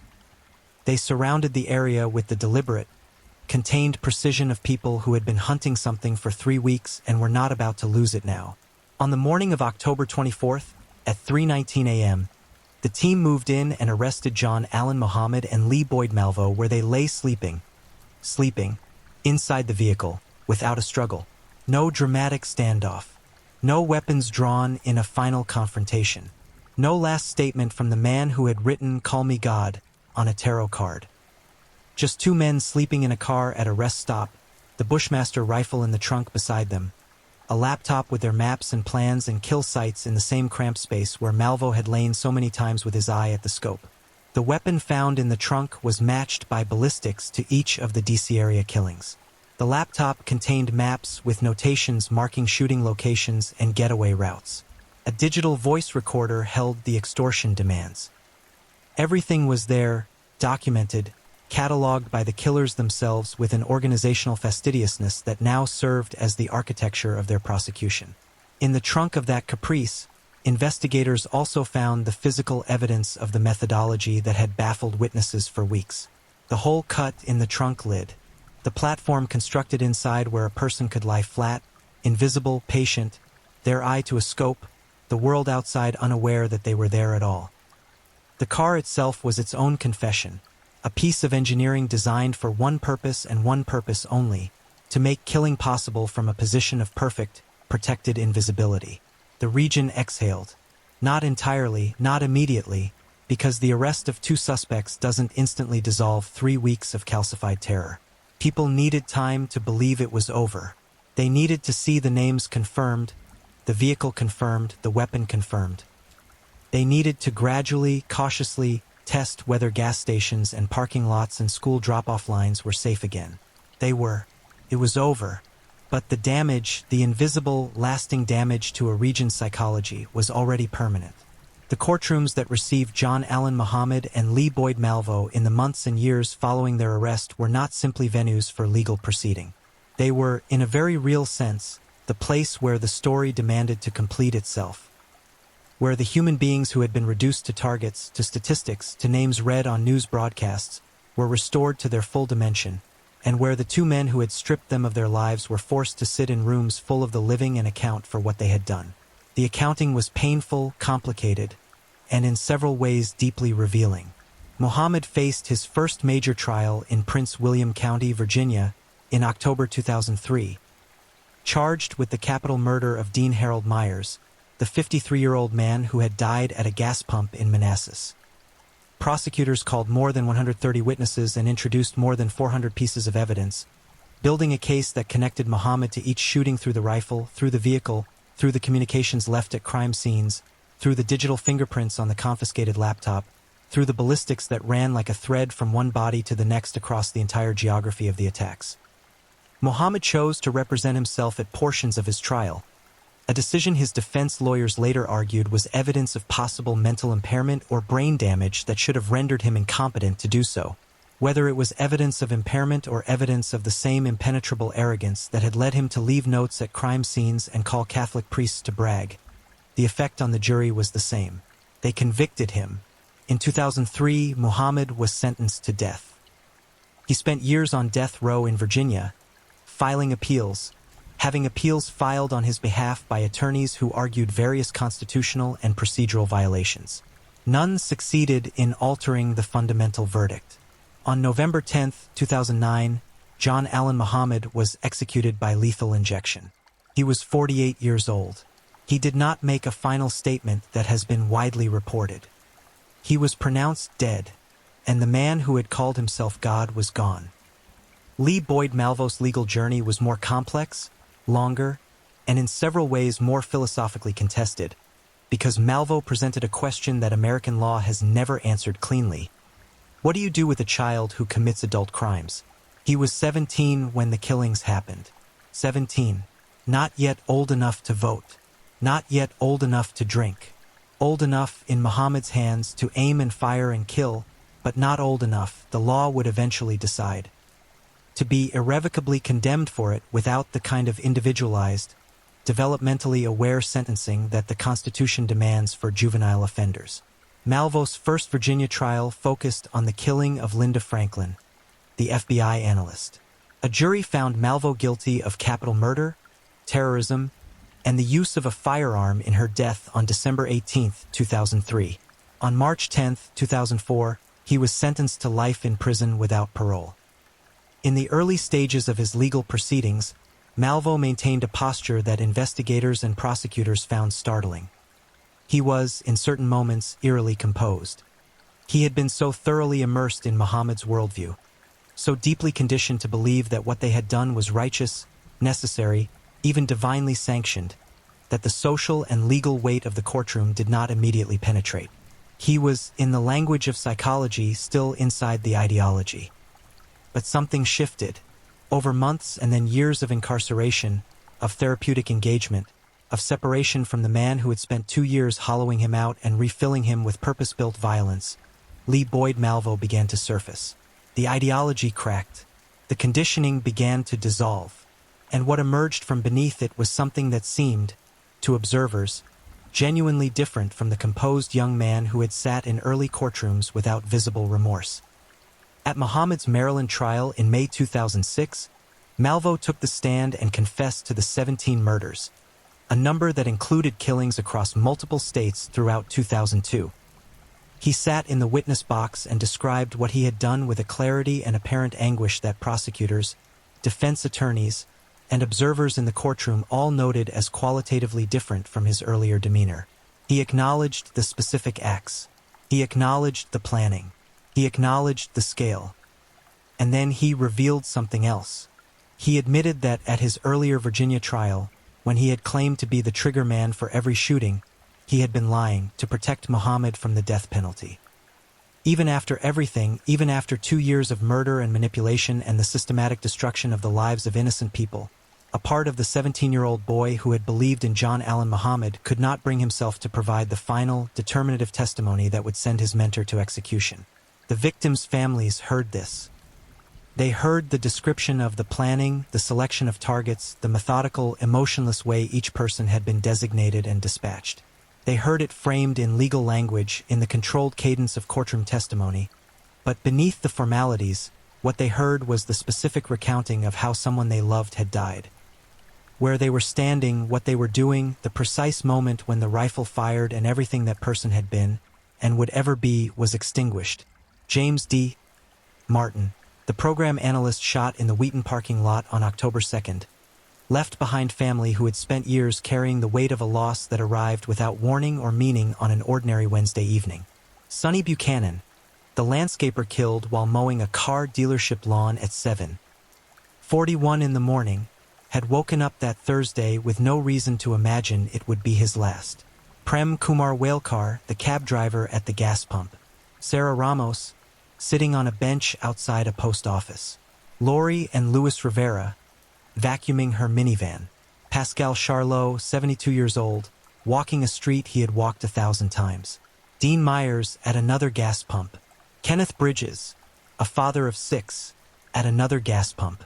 Linda Franklin loading bags into a car. Conrad Johnson, the bus driver, stepping off his route in the dark before dawn. 10 people killed in the October attacks alone. 7 more across the months preceding them. 17 lives total. 17 distinct futures erased. 17 families altered permanently. 17 names that the living would spend the rest of their lives speaking in the context of grief. The legal proceedings extended for years, threading through multiple jurisdictions, multiple charges, multiple appeals. In October 2004, Malvo entered guilty pleas and was sentenced to additional life terms for the deaths of Kenneth Bridges and the shooting of Caroline Sewell. Maryland pursued its own charges, and Malvo eventually pleaded guilty to 6 counts of first-degree murder in Montgomery County, adding to the accumulation of life sentences that now defined the legal architecture of his existence. The question of those sentences, specifically whether a juvenile offender could be condemned to life without the possibility of parole, became a matter of constitutional law that wound its way through the American court system for more than a decade. Maryland's highest court eventually ruled that Malvo must be resentenced, based on Supreme Court decisions establishing that the Eighth Amendment does not permit life without parole for a juvenile offender whose crime reflects transient immaturity rather than permanent incorrigibility. The ruling did not mean Malvo would go free. The court noted that, as a practical matter, Malvo would first need to be granted parole in Virginia before his Maryland sentences even began, and in September 2022, he was denied parole. Lee Boyd Malvo, as of this writing, remains incarcerated.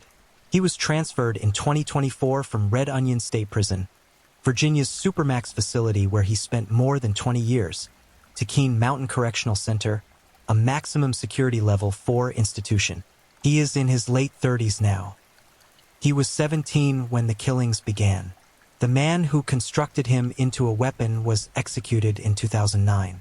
The weapon itself, the person who was Lee Boyd Malvo before John Allen Muhammad found him, has spent over 2 decades sitting with the full weight of what was done. Whether any of that constitutes redemption is not a question this story can answer. What can be said is this: the D.C. sniper case remains one of the most psychologically complex, operationally audacious, and socially shattering crimes in modern American history, not only because of the number of victims, not only because of the geographic breadth of the killing, but because of what it represented about vulnerability, about the terrible, fragile fiction of ordinary safety, about the way 2 people with a rifle, a modified car, and a willingness to treat human beings as targets could, for 23 days, hold an entire American city at the edge of paralysis. People who lived in the Washington, D.C. area in October of 2002 carry those 23 days inside them differently than they carry other memories. They remember the specific way they moved through parking lots, sideways, close to vehicles, fast. They remember the particular quality of the fear during those weeks. Not the sharp, loud fear of a sudden emergency, but the low, persistent, airless fear of not knowing when or where the next bullet would come from, or who it would find, or whether the person walking to their car ahead of them would still be standing by the time they reached theirs. The attacks brought daily life in the region to a virtual standstill. Schools closed or went into lockdown. Outdoor sports events were canceled. Parents pulled children from activities. Restaurants emptied. Gas stations, those ordinary, mundane waypoints of American life, became sites of such acute dread that people changed their routines entirely to avoid them. And all of it was achieved by 2 people, a 41-year-old man and the 17-year-old boy he had spent 2 years turning into a weapon. A rifle, a car with a hole in its trunk, and the chilling, almost incomprehensible patience of killers who were methodical enough to document their work, arrogant enough to communicate with police, and disciplined enough to disappear after each killing into the ordinary traffic of an ordinary American suburb. The blue Caprice sits today in FBI archives. The Bushmaster .223 rifle that killed 10 people in the Washington metropolitan area was found in the trunk of that car when Muhammad and Malvo were arrested. The hole in the trunk lid, the aperture through which a teenager named Lee Boyd Malvo aimed at strangers going about their lives, is documented in photographs that are among the most quietly disturbing images in the entire case file. There is nothing dramatic about the hole. It is just a circle, cut into blue sheet metal the size of a rifle barrel. And yet looking at it, knowing what it was for, knowing who lay behind it and what they did with it, is enough to produce a cold that has nothing to do with temperature. The victims of the DC sniper attacks were not symbols. They were not abstractions. They were James Martin, heading home on a Wednesday evening. They were Sonny Buchanan, starting his workday at 7:41 in the morning. They were Lori Lewis Rivera, cleaning her van. They were Conrad Johnson, the bus driver, stepping off his route in the dark before dawn. They were Linda Franklin, walking to a car after an evening errand with her husband. They were people full, specific, irreplaceable, and the fact that they were chosen for nothing more than being visible and accessible in a particular place at a particular moment is not a detail that diminishes their loss. It amplifies it. It makes it universal. Because any of us, on any of those 23 days, in any of those parking lots or gas stations or sidewalks, could have been the one the crosshairs found. That is the true horror of the Beltway sniper case. Not the spectacle of it. Not the body count alone, though 17 lives taken in cold blood is a number that demands to be felt in its full enormity. The true horror is the randomness, the cold, democratic indifference of the selection, and the reminder it leaves behind that the ordinary world we move through every day is not as sealed and protected as we habitually believe. Lee Boyd Malvo was 17 years old. He is now a man in his late 30s, serving multiple life sentences, living with what he did in the body of an adult who contains within him the memory of the boy who was made into something unforgivable. John Allen Muhammad was executed in 2009, having spent his final years insisting, in various ways, on his own importance. He was given a needle and he died, and the world continued without him. The 17 people who were killed in the 10 months spanning February to October 2002 did not have that option. Their continuance was taken from them. At golf courses and restaurant parking lots and liquor stores and school drop-off zones and gas pumps and benches outside post offices and the steps of a commuter bus at 5:56 in the morning. They deserved better from the world than what found them. And the least the world owes them now is to remember them, not as victims in a crime story, but as people. Full, specific, irreplaceable people, whose lives were interrupted in the middle of something ordinary, and who deserved every unremarkable moment they never got to live. If you're enjoying these stories, don't forget to leave a comment. I'd love to hear where you're tuning in from and what time it is in your part of the world. And if you haven't already, be sure to like this video and subscribe so you don't miss the next true crime story to help you drift off to sleep. Now, let's move on to our third story. Story 3. The man in the white van, the butcher of Spring Hill, William Billy Mansfield Jr., a.k.a. the Backyard Undertaker. He did not lurk in the shadows of back alleys or haunt the margins of society the way most monsters are imagined. He lived on a quiet 6-acre property in Florida, ate meals with his family, worked an honest job, smiled at neighbors, and beneath the very ground his parents walked, he had buried the bodies of young women and girls, packing the earth back down as casually as a man replanting a garden. Somewhere in Hernando County, Florida, the soil has kept secrets for decades. Secrets pressed beneath water pipes and electrical wiring. Secrets wrapped in blankets and curled into the earth in the posture of children sleeping. And the man who put them there, he sat at a dinner table above them. He walked across their graves to collect his mail. He looked his mother in the eye while the bones of a 15-year-old girl rotted less than 30 feet from where she hung her washing. His name was William Billy Mansfield Jr. And for 5 years, spanning 2 states and a body count that investigators believe may still be incomplete, he preyed on women and girls with an appetite that neither prison nor parole nor marriage nor fatherhood could extinguish. He wasn't a ghost story or a campfire legend. He was a man with a white van, a charming enough face, and a graveyard for a backyard, and tonight we are going to dig up every last inch of it. To understand a predator of Billy Mansfield's particular brutality, you must first understand the ground he was grown in, because nothing about what he became arrived in a vacuum. Evil of this magnitude doesn't simply ignite from nothing. It is cultivated. It is fed. It is, in certain devastating cases, handed down from one generation to the next like a dark inheritance that nobody chose but everyone received. William Billy Mansfield Jr.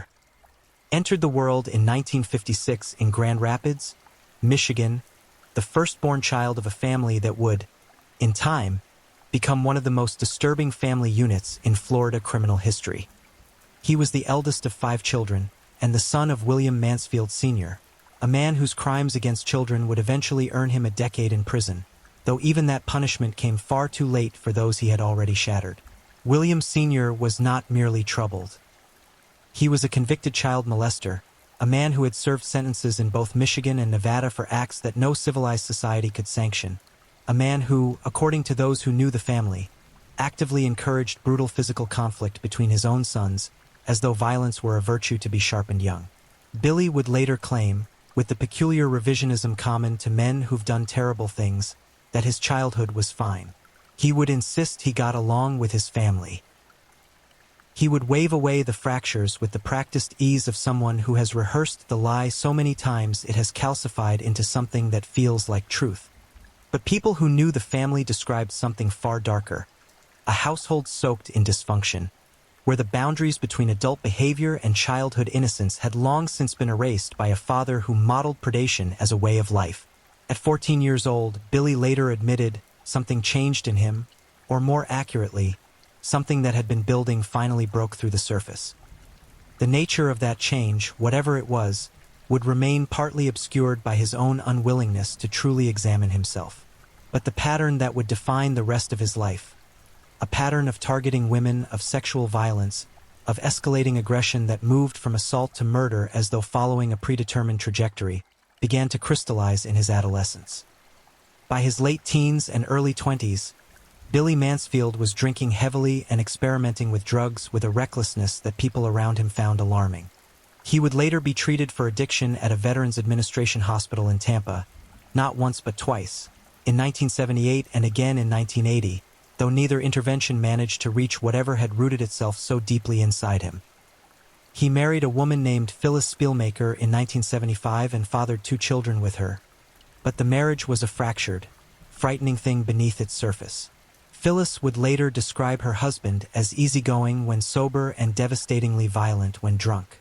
She would also describe something else, something that shocked even those who thought they had heard everything.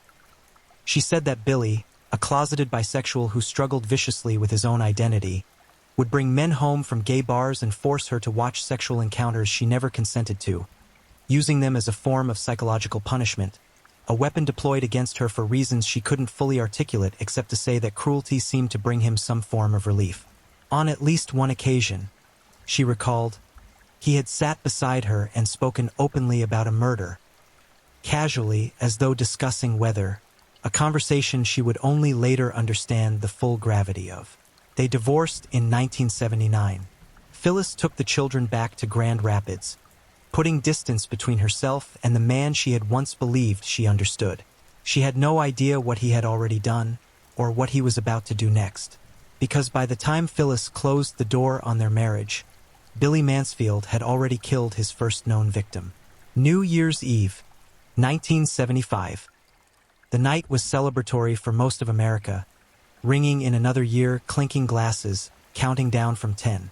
For the Chalker family of Parkman, Ohio, it was the last night of a Florida vacation, a camping trip to a KOA campground near Brooksville in Hernando County with the kind of humble, wholesome joy that families who can't afford beach resorts still manage to manufacture.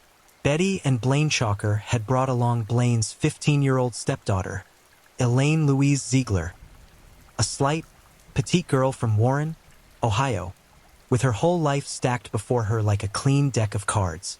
That evening, as the family settled in for the night, Elaine decided to walk to the campground showers. It was a brief, routine errand, the kind of thing a teenager does 100 times without incident, the kind of thing that nobody escorts you for because nothing has ever gone wrong before. She took her hair dryer. She told nobody she was leaving, or perhaps she did and they simply didn't worry because why would they? The campground was not a place of menace. It was a place of families. She never came back. The Chalkers woke to her absence, and immediately the unease began its slow, nauseating rise. They searched. They asked around. Nobody had seen her. The campground, which had felt so ordinary and safe, suddenly seemed threaded with something sinister. Eventually, local authorities were notified, and a search began. 50 Hernando County deputies and civilians combed the surrounding woods, checking every trail, every thicket, every ditch. They found nothing. Elaine had simply ceased to exist, as far as any external evidence could confirm. The family stayed an additional week, unwilling to abandon hope, unwilling to drive home to Ohio without answers. But eventually, the unbearable reality set in that there was nothing more they could do in Florida that anyone else wasn't already doing.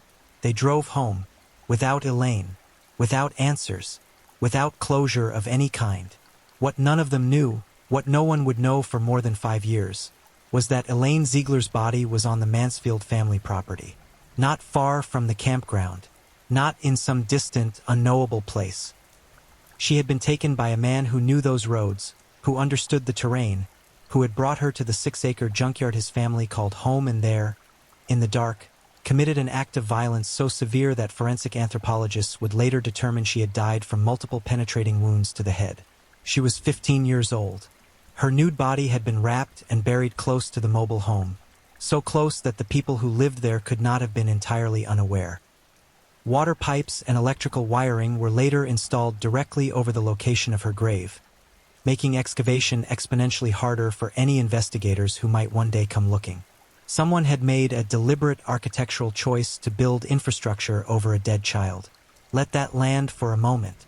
For years, Elaine's case remained a missing persons report, one of thousands across the country filed each year, worked briefly and then set aside when leads dried up and resources ran thin. The Hernando County Sheriff at the time, when asked why a more intensive ground search hadn't been conducted sooner, offered a response that still stings with bureaucratic coldness. "We don't conduct intensive ground searches for every missing teenager."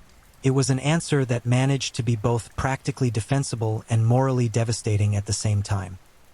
Back in Michigan, Billy Mansfield's criminal trajectory was accelerating in the ways that, in hindsight, scream warning signs loud enough to wake the dead.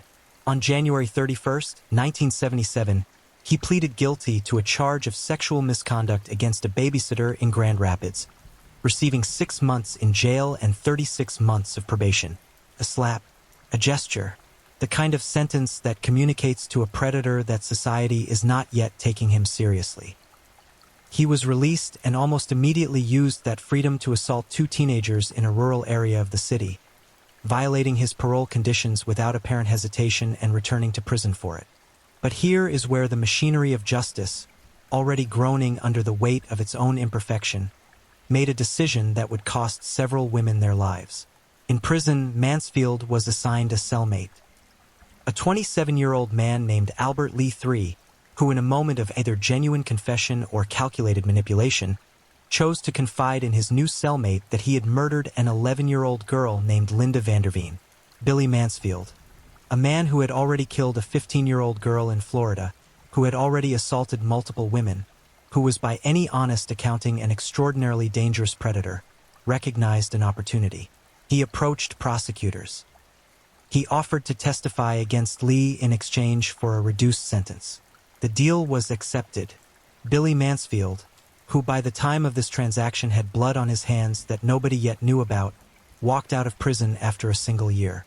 The justice system had inadvertently handed a serial killer a gift, and he accepted it gratefully, stepping back into the world with a warrant waiting for him in Florida, an arrest for the assault of those 2 teenagers still unresolved, and a hunger that prison had done absolutely nothing to diminish.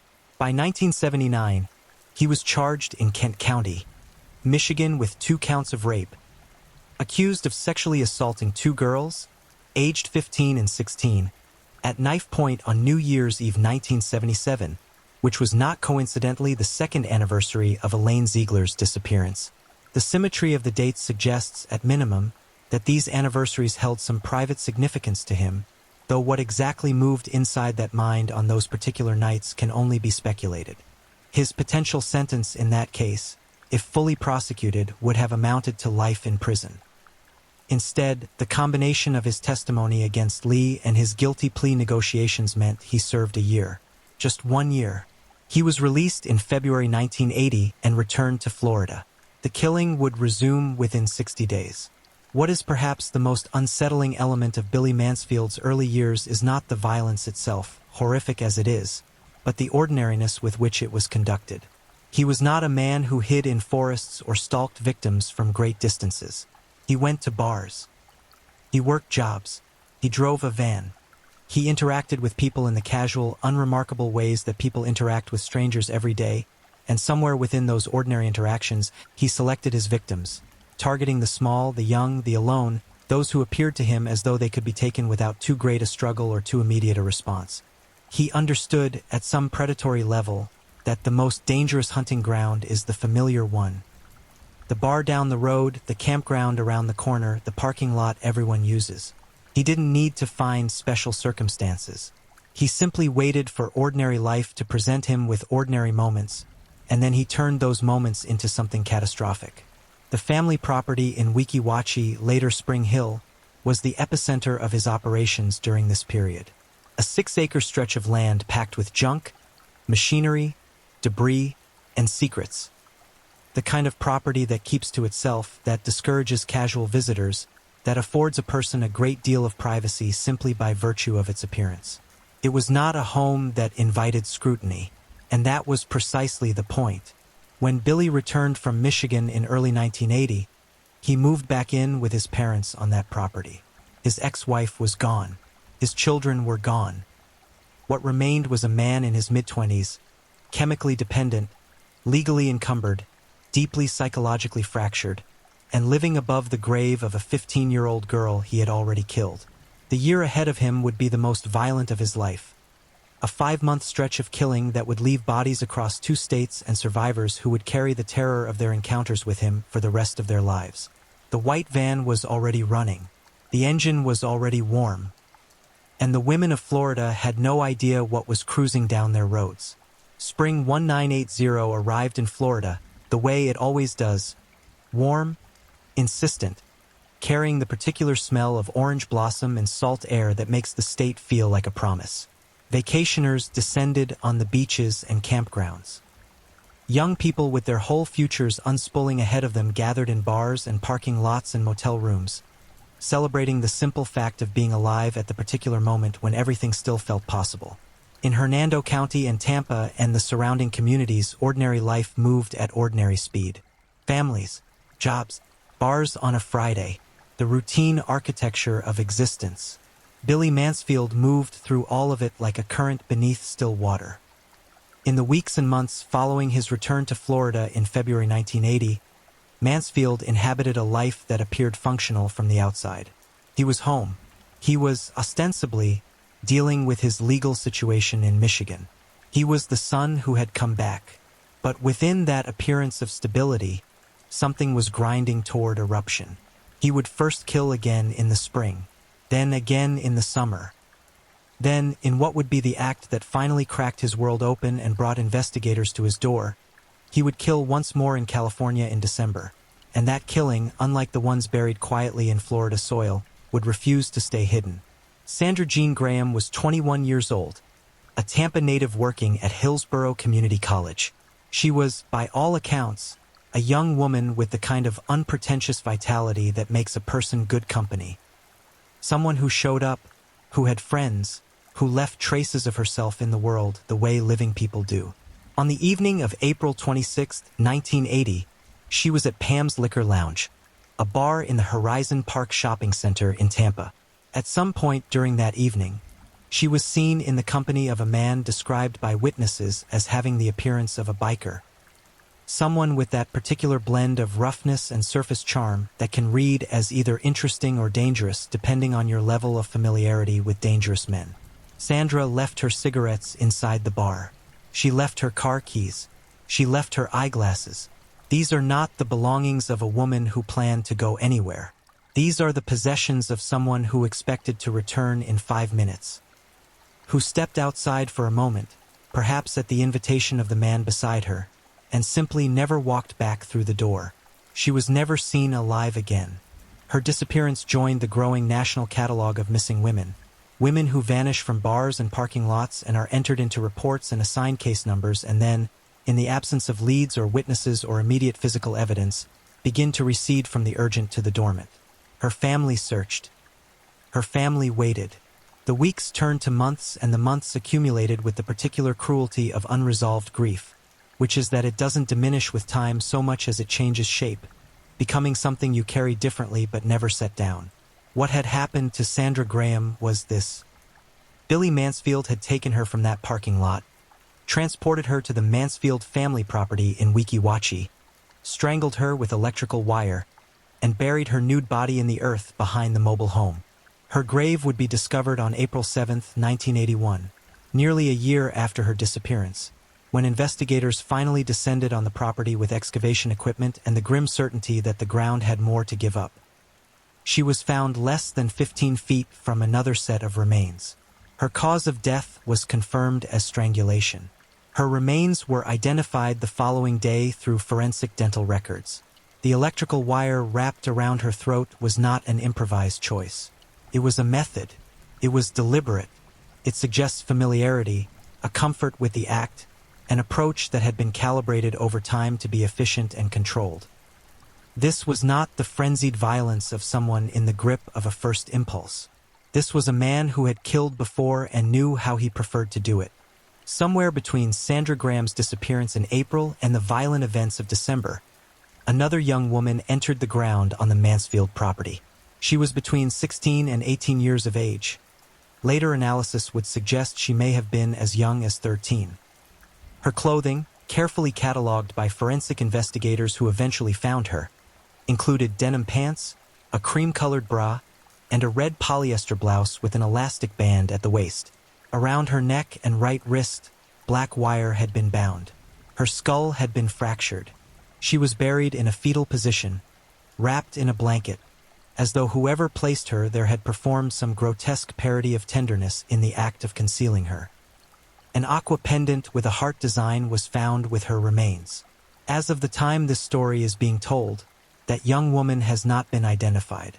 She remains known only by the inventory of her clothing and the reconstruction of her face by forensic artists who did their best to give her back some portion of her features. She waits, somewhere in the databases of the National Missing and Unidentified Persons System, for someone to recognize her, for a family to finally know. The thought of her specific, particular humanity reduced to a description of a blouse and a pendant and a probable age range, is among the most haunting aspects of this entire case. And she was not alone in her anonymity. The first set of remains found on the property, a woman estimated to be between 24 and 28 years old, killed sometime in 1979 by blows to the head, her neck and wrist bound with black wire, discovered wrapped in that blanket in the fetal position. She too has never been fully named. Investigators called her Anna from Michigan. The forensic reconstruction of her face stares from evidence files, recognizable as human, as a person, as someone who was loved by someone somewhere, but who has never been claimed. Decades later, she remains a Jane Doe, one of the most quietly devastating loose ends in a case already crowded with devastation. On June 19, 1980, Billy Mansfield forced an 18-year-old woman named Pamela Sherrill into his van. He drove her to a rented trailer, where he beat her, cutting her lip, leaving bruises on her neck, and attempted to sexually assault her. Pamela Sherrill was fortunate in a way that others were not. She managed to get her hands on a knife during the assault, turned it on Mansfield, and threatened him with enough conviction that he backed off. She escaped. She went to the police. She filed a report. Investigators went to Mansfield's trailer to arrest him. He wasn't there. He had slipped away before they arrived, as though he had some instinct for when the walls were beginning to close, as though he could sense the approach of accountability before it arrived and simply stepped sideways out of its path. An arrest warrant was issued. It would follow him to California, though not quickly enough to stop what came next. Now we must speak about Teresa Caroline Fillingham. She was 16 years old, just 1 week away from her 17th birthday, when she vanished on May 16, 1980, in Tampa. Her sister reported her missing. Cold case detective George Lloydgren, who would spend years working this case, later concluded that she was almost certainly abducted and killed on the same day she was reported missing, that the gap between her disappearance and her death was measured in hours, not days.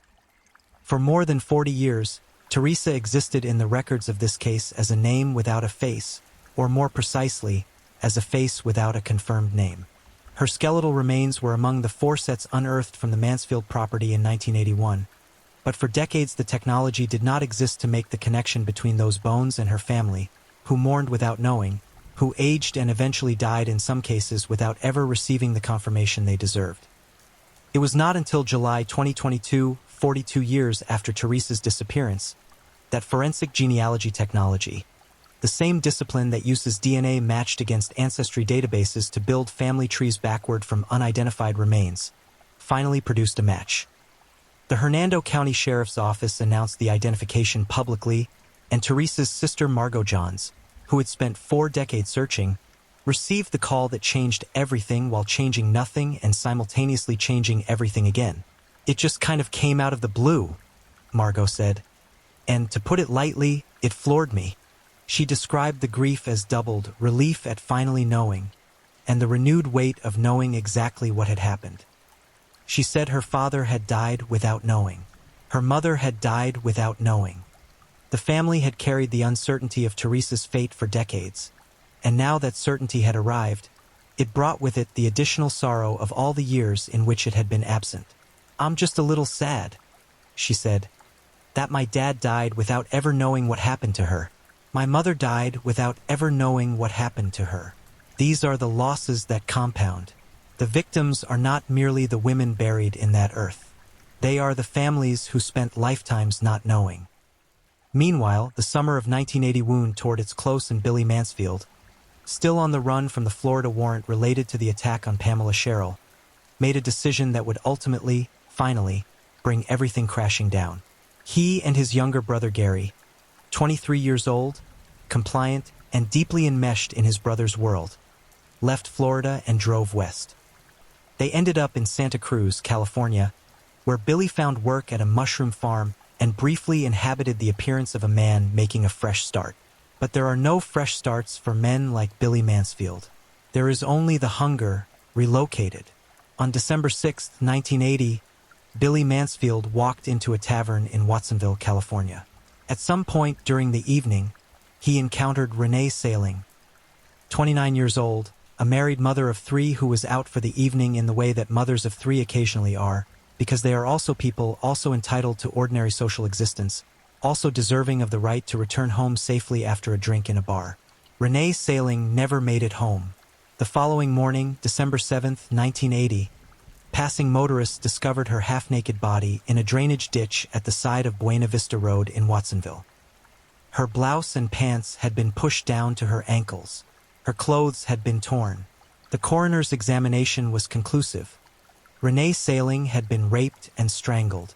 She left behind 3 children and a husband, Raymond, who had last seen her the previous day. She left behind an entire life that had been ended with absolutely no justification, no reason, no logic that any moral framework could accommodate. She was the murder that broke the case open. Not because investigators immediately connected her death to the graves in Florida. They didn't, at least not yet. But because the investigation into Renee Sailing's murder was high-profile enough, visible enough, urgent enough in the California press, that it caught the attention of someone back in Florida who knew something. An anonymous tipster made a call. And what they said would lead investigators to a 6-acre property in Weeki Wachee, where the earth had been keeping Billy Mansfield's secrets since 1975. 4 days after Renee Sailing's body was pulled from that California ditch, Billy Mansfield and his brother Gary were arrested by a rookie police officer in Winnemucca, Nevada. The arrest was not the product of an elaborate investigative operation or forensic breakthrough. It was the result of a young officer doing his job with sufficient attention to detail, noticing that the physical descriptions of 2 men circulating in connection with the Sailing murder matched the 2 men standing in front of him, men who were lying about their names and ages, men whose body language and evasions had the particular quality of people trying very hard to appear unremarkable. He took them in anyway. At the Humboldt County Jail, the pieces began to assemble themselves. On December 16, 1980, both brothers were arraigned at a Watsonville court on murder charges in connection with Renee Sailing's death. Gary would eventually be charged as an accessory, accused of helping his brother flee after the killing. though those charges would later be dropped when Gary agreed to cooperate with prosecutors and testify against his brother. The family, which had harbored secrets and possibly assisted in concealment for years, was beginning to fracture under the pressure of legal consequence. But it was what happened next, while California prepared its case against Billy Mansfield for the Sailing murder, that transformed this story from a single homicide investigation into something of an entirely different magnitude. The anonymous tip came in sometime in early 1981. The caller told Florida authorities that if they went to the Mansfield family property in Weeki Wachee, they would find the body of Sandra Jean Graham, the 21-year-old Tampa woman who had vanished from Pam's Liquor Lounge the previous April. The Hernando County Sheriff's Office obtained a search warrant. On March 16, 1981, investigators descended on the property. What they found over the next several weeks would horrify even those who had spent careers working violent crimes. The property was a 6-acre stretch of junk-filled land, a landscape of machinery, pipes, old vehicles, detritus accumulated over years by a family that apparently held on to everything. It was the kind of place that could conceal almost anything, where disrupted earth might not look dramatically different from undisturbed earth, where the chaos of accumulated possessions provided natural camouflage for the more deliberate concealment happening beneath the surface. On March 17, 1981, the day after investigators arrived, they found the first body. She was in the area behind the mobile home, buried in a shallow grave, wrapped in a blanket, curled into a fetal position. She had a thick wire wrapped around her neck and wrist. Her skull had been fractured, beaten with force, with intent. She was estimated to be between 24 and 28 years old, and she had been in the ground long enough that significant decomposition had occurred, making positive identification initially impossible. An aqua pendant with a heart design was recovered from the grave alongside her remains. She was not Sandra Graham. She was not anyone the investigators could immediately name. She remains unnamed today. She is one of the most enduring, unsolved elements of the Mansfield case. A woman whose face has been reconstructed by forensic artists, whose clothing has been cataloged, who has been entered into every available national database of missing and unidentified persons, and who nonetheless has not been matched to a family, a name, a history. Investigators have referred to her informally as Joanne of Tampa, a placeholder that somehow manages to be both humanizing and insufficient at the same time. The search continued.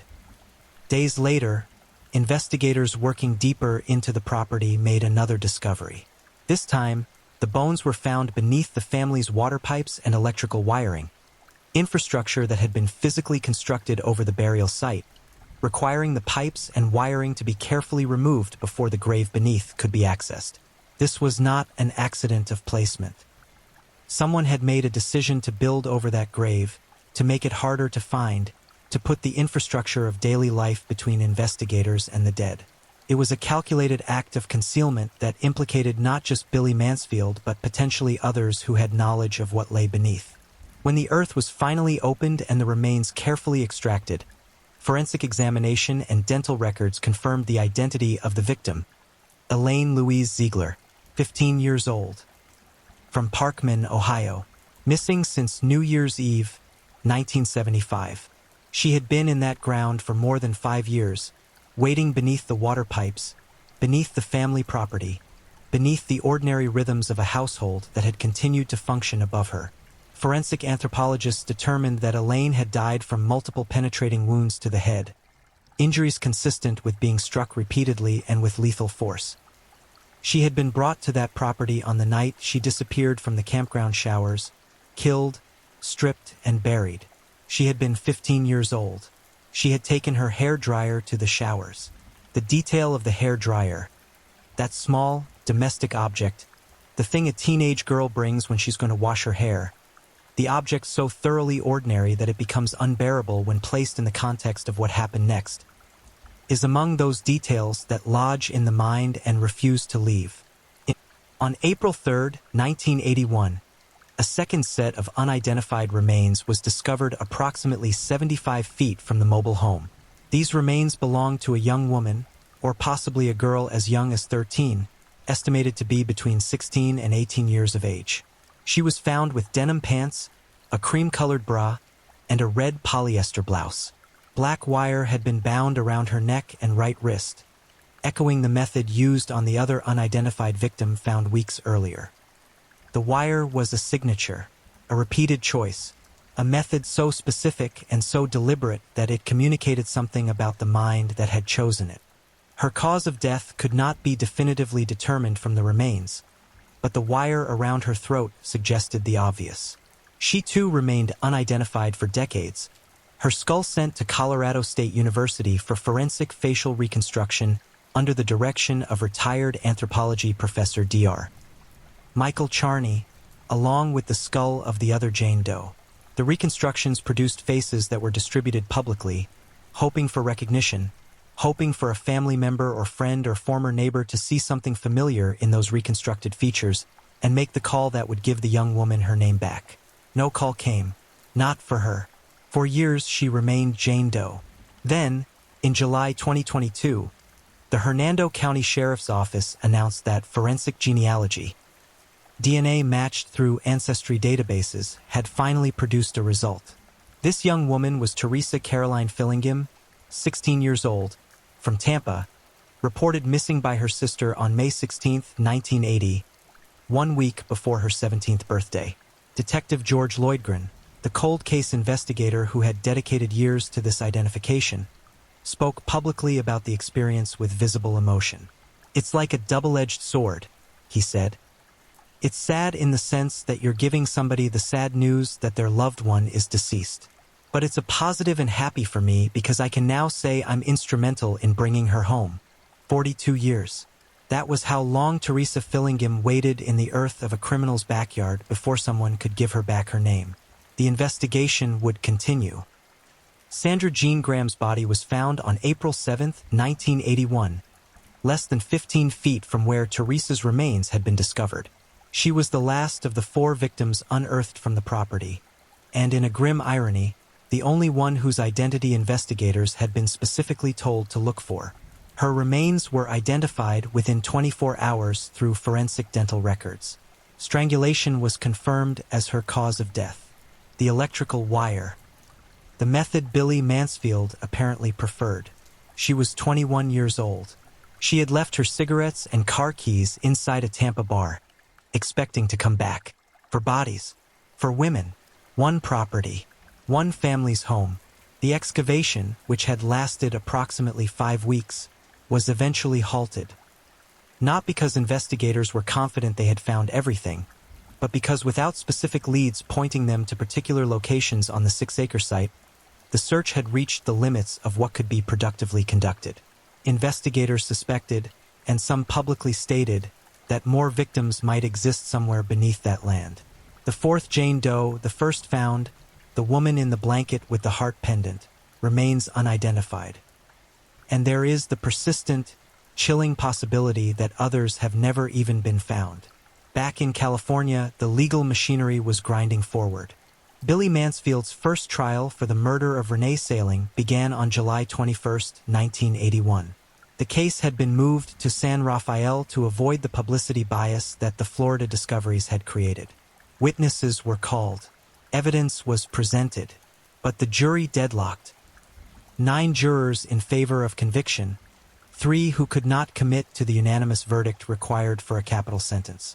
The judge declared a mistrial on August 10, 1981. A new trial was ordered. Billy Mansfield's response to the deadlocked jury was remarkable in its audacity. On October 27, 1981, aided by a 22-year-old fellow inmate named Ben Berrigan, Mansfield unchained himself in the recreation yard, scaled a roof, and together with Berrigan, dropped to the ground on the other side of the perimeter and ran. He was a man convicted of nothing as yet in California, awaiting retrial, who decided that waiting was no longer acceptable and that escape was the better option. He was found 11 hours later. The attempted escape was later used as evidence of consciousness of guilt at his retrial, a significant factor in a case that had already survived one hung jury and needed something more definitive to tip the balance. It also said something about the man himself. Even cornered, even caged, even facing the full weight of what he had done, Billy Mansfield's first instinct was to run, to slip away, to find the gap in the fence and move through it before anyone could stop him. It was the same instinct that had let him walk out of that Michigan prison after 1 year. The same instinct that had made him flee Florida before the arrest warrant could catch him. The same instinct that had put him and his brother on a road to Nevada when California police began asking questions about Renee Sailing. He was a man for whom accountability was always something to be outrun, until finally it wasn't. The second trial of Billy Mansfield for the murder of Renee Sailing was scheduled to begin on February 8, 1982. This time, the prosecution had more than physical evidence and circumstantial placement. They had witnesses who were prepared to testify directly against Billy Mansfield in ways that the first trial had lacked. His brother Gary, who had already agreed to cooperate with California authorities in exchange for the dropping of accessory charges, was among those set to take the stand. A woman known in the trial records simply as Cindy had also agreed to testify. The 2-week trial that followed was, by any measure, a more comprehensive dismantling of Mansfield's defenses than the first proceeding had managed. His previous criminal history was placed before the jury. Witness accounts of his behavior and presence around the time of Sailing's death were presented in detail. The pattern of violence, the assaults in Michigan, the attack on Pamela Sherrill in Florida, the mounting evidence of a man who had been committing sexual violence for years with extraordinary consistency, was laid out with a clarity that the first jury had not fully received. This time, the jury reached a verdict. Guilty. First-degree murder. Renee Sailing, 29 years old, mother of 3, who had gone out for an evening and never come home. Billy Mansfield was sentenced to 25 years to life for her murder. It was a significant sentence, but it was only the beginning of what awaited him.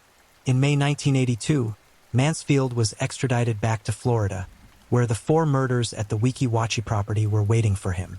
Here, facing the possibility of a death sentence for each of the Florida killings, he made a different calculation than the one that had governed his entire adult life.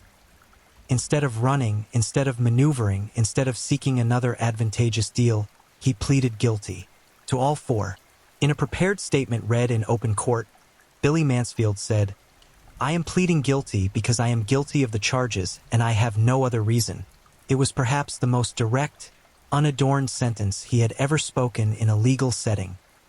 Stripped of the evasions and negotiations and deal-making that had defined his relationship with the justice system since his first offense as a young man. He was guilty. He had no other reason. The economy of that admission is striking precisely because of everything it doesn't say, because of the names it doesn't mention, the faces it doesn't acknowledge, the families it doesn't address, the decades of grief it cannot begin to repair. He also pleaded guilty to 1 count of attempted sexual battery involving a 5th female victim, the assault on Pamela Sherrill, the woman who had been fortunate enough to arm herself and escape. He received 4 concurrent life sentences for the murders, plus an additional 5 years for the Sherrill offense. All of it was to run concurrently with his California sentence. Multiple life sentences. A man who would never again walk freely through the world he had spent years preying upon. The relief that comes with this conclusion, if relief is even the right word for the complicated, exhausted feeling that accompanies such verdicts, is always partial. It is the relief of knowing that a particular predator has been removed. It is not the relief of undoing what was done. It cannot be the relief of the families who were told that their daughters and sisters and mothers had spent years buried in the junkyard behind a criminal's mobile home. It is, at best, the relief of the door closing, of the particular chapter ending. But cases like this one have a way of reopening. In 2020, Gary Mansfield, Billy's younger brother, the man who had once helped him flee California, the man who had cooperated with authorities and walked away from his accessory charges, was arrested on drug charges. The arrest itself was unremarkable by criminal justice standards, but its consequences were not. Gary's home was near the Mansfield family property, and when Hernando County investigators, responding to the arrest, began looking at the property again, Gary Mansfield apparently led them to something described only as suspicious. Forensic investigators arrived. Dozens of experts from the Hernando County Sheriff's Office and the Medical Examiner's Office were seen working the property. The question that the community and the families connected to this case immediately began asking was the one that had never fully gone away. Were there more bodies? The answer has never been provided with full finality. Additional remains were reportedly located on the property in the search that followed Gary's arrest, though the identification process for any newly discovered remains requires careful forensic analysis that takes time, sometimes decades, as this case has repeatedly demonstrated. The fourth Jane Doe from the original 1981 excavation still has not been identified. The possibility of additional victims has never been formally ruled out. Billy Mansfield himself, sitting in the California Healthcare Facility in Stockton, a prison medical unit where he has been housed due to health considerations that accompany aging in custody, has continued to be interviewed by investigators over the years. He has been considered as a suspect in other unsolved cases. A Palm Harbor woman came forward to investigators believing he might be responsible for her aunt's disappearance. He was briefly considered in connection with the murders of two young women, 19-year-old Cynthia Clements and 19-year-old Elizabeth Margaret Graham, though another man was eventually convicted in the Elizabeth Graham case. And then there is Carol and Barrett, 18 years old, from Zanesville, Ohio, a high school senior who traveled to Daytona Beach with a group of friends in March 1980 to celebrate their approaching graduation, the particular irreplaceable freedom of being young and on the edge of everything that comes next. On March 23, 1980, around 2 in the morning, the group was in their room at the Treasure Island Motel in Daytona Beach Shores when a man entered. What happened next is one of the most quietly devastating moments in this entire case. The man, Billy Mansfield, told the group of young women that he was going to take one of them, and that if they let him do so quietly, the others would not be harmed. He told them not to call the police, and Carol and Barrett, in an act of either extraordinary courage or devastating miscalculation or some combination of both that only she could have truly understood, volunteered to go. She volunteered. She chose herself so that her friends would be left alone. She walked out of that motel room with a man she did not know, in the hours before dawn, on the theory that compliance was protection, that offering herself was somehow a strategy that would result in a different outcome than the one that was already determined. The following morning, a passerby found her body in a ditch along Interstate 95, more than 100 miles north of Daytona Beach, near Pecan Park Road in Jacksonville. She had been murdered. The autopsy confirmed homicide. Her friends, who had survived the encounter because Carol had volunteered to take their place, provided police with a description that was used to produce a sketch of the suspect. The case was investigated. Then, in the way that cases without immediate physical evidence and without identified suspects sometimes do, it went cold. It stayed cold for nearly 4 decades. In 2017, the Jacksonville Sheriff's Office Cold Case Unit reopened Carol Barrett's file. Detective Ray Reeves, working alongside Project Cold Case founder Ryan Bachman and collaborating with investigators in Hernando County, began developing the case from scratch. Reviewing all available evidence, applying investigative tools and forensic technologies that had not existed in 1980, building the case the way cold case investigators must patiently and methodically, from materials that have been waiting for decades to be properly understood. By 2020, they had developed Billy Mansfield Jr. as a person of interest. By that point, Mansfield was 64 years old, housed in a California prison medical facility, a man who had been behind bars for nearly 40 years and who had been formally connected to the deaths of at least 5 women. The investigators began interviewing him. At first, he denied involvement in Carol Barrett's death. He was a man with multiple life sentences, a man who had nothing obvious to gain from additional confession, and the denial came easily. But Detective Reeves returned. He came back more than once. He brought the case back each time, presenting it from different angles, refusing to let it rest. And in September 2022, something shifted in the room in California where Reeves sat across from an aging Billy Mansfield. Perhaps it was exhaustion. Perhaps it was something else. Some fragment of whatever humanity remained. Some desire, even in a man like this, to not let a girl who had sacrificed herself for her friends remain anonymous in her death. Perhaps it was simply that 42 years is a long time to carry a secret, and eventually even predators grow tired of the wait. Mansfield told investigators that he was the man in the police sketch. He confirmed that he was the one who had entered that motel room in the early hours of March 23, 1980. He confessed to abducting Carol and Barrett and to killing her shortly thereafter.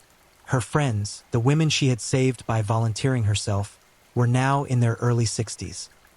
They had spent more than 4 decades carrying the particular and devastating knowledge that they had survived because Carol had chosen to go instead of them.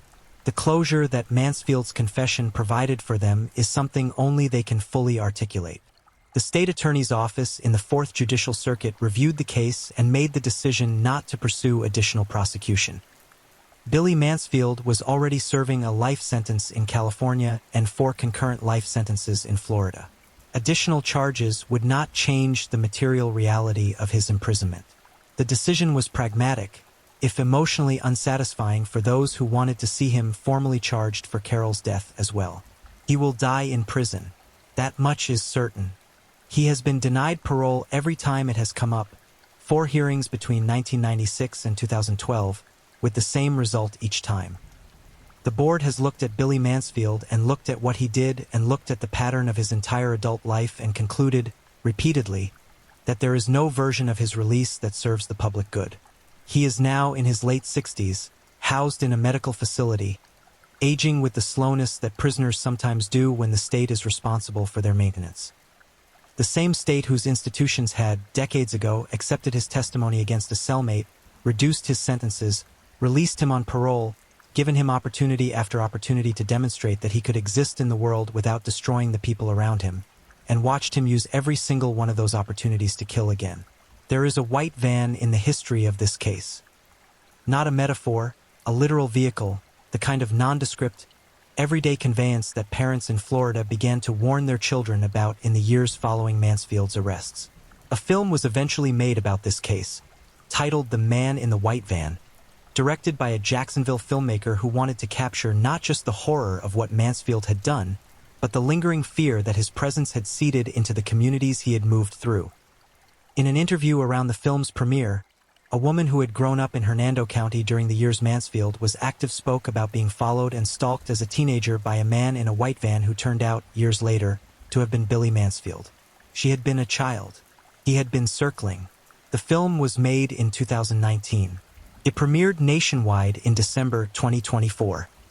Almost 50 years after a 15-year-old girl named Elaine Ziegler walked toward the campground showers on New Year's Eve and became the first known victim of a man who would go on to fill the earth of his family's property with the bodies of young women, the story is still circulating.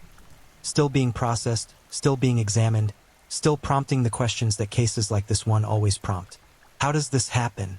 How does a person become this? What failed? And what failed repeatedly in the systems that were supposed to protect the people he killed? There is still one Jane Doe, still one woman buried on that property whose name has not been restored to her, still a 4th victim who waits in the databases and the evidence files and the forensic records, patient in the way that only the dead can truly be, for someone to look at an image and recognize a mother, a daughter, a sister, a friend. If you know her, if something in the description of a woman between 24 and 28 years old, killed in 1979, with wire around her neck and wrist and an aqua heart pendant buried beside her connects to anything in your memory, the Hernando County Sheriff's Office still needs to hear from you. The case is open. The work continues. The earth has given up much of what it knows, but not everything. Billy Mansfield Jr. The man neighbors might have waved to from their driveways. The man who worked at a mushroom farm and drove a van and buried young women in his parents' backyard, remains where he belongs, behind walls that will not open for him again. But the full truth of what he did, the full count of what he took, the full measure of the damage that runs from one family in Ohio who never got their daughter back to a group of spring break friends who survived because one young woman walked toward the dark so they wouldn't have to, that truth is still being assembled, piece by piece, grave by grave, name by name. Some crimes don't end when the criminal is sentenced. Some crimes end only when the last name is spoken, when the last family is called, when the last person buried in secret is finally brought home. That work is not finished. Thank you for watching and being part of this dive into the dark and fascinating stories that keep us all on edge. If you enjoyed the ride, remember to like, subscribe, and share with others who crave a good mystery. Tell us where you're watching from. I love knowing where in the world our true crime family is tuning in. Your presence means a lot. Until next time, stay safe, stay curious, and keep digging into the shadows where truth and mystery meet.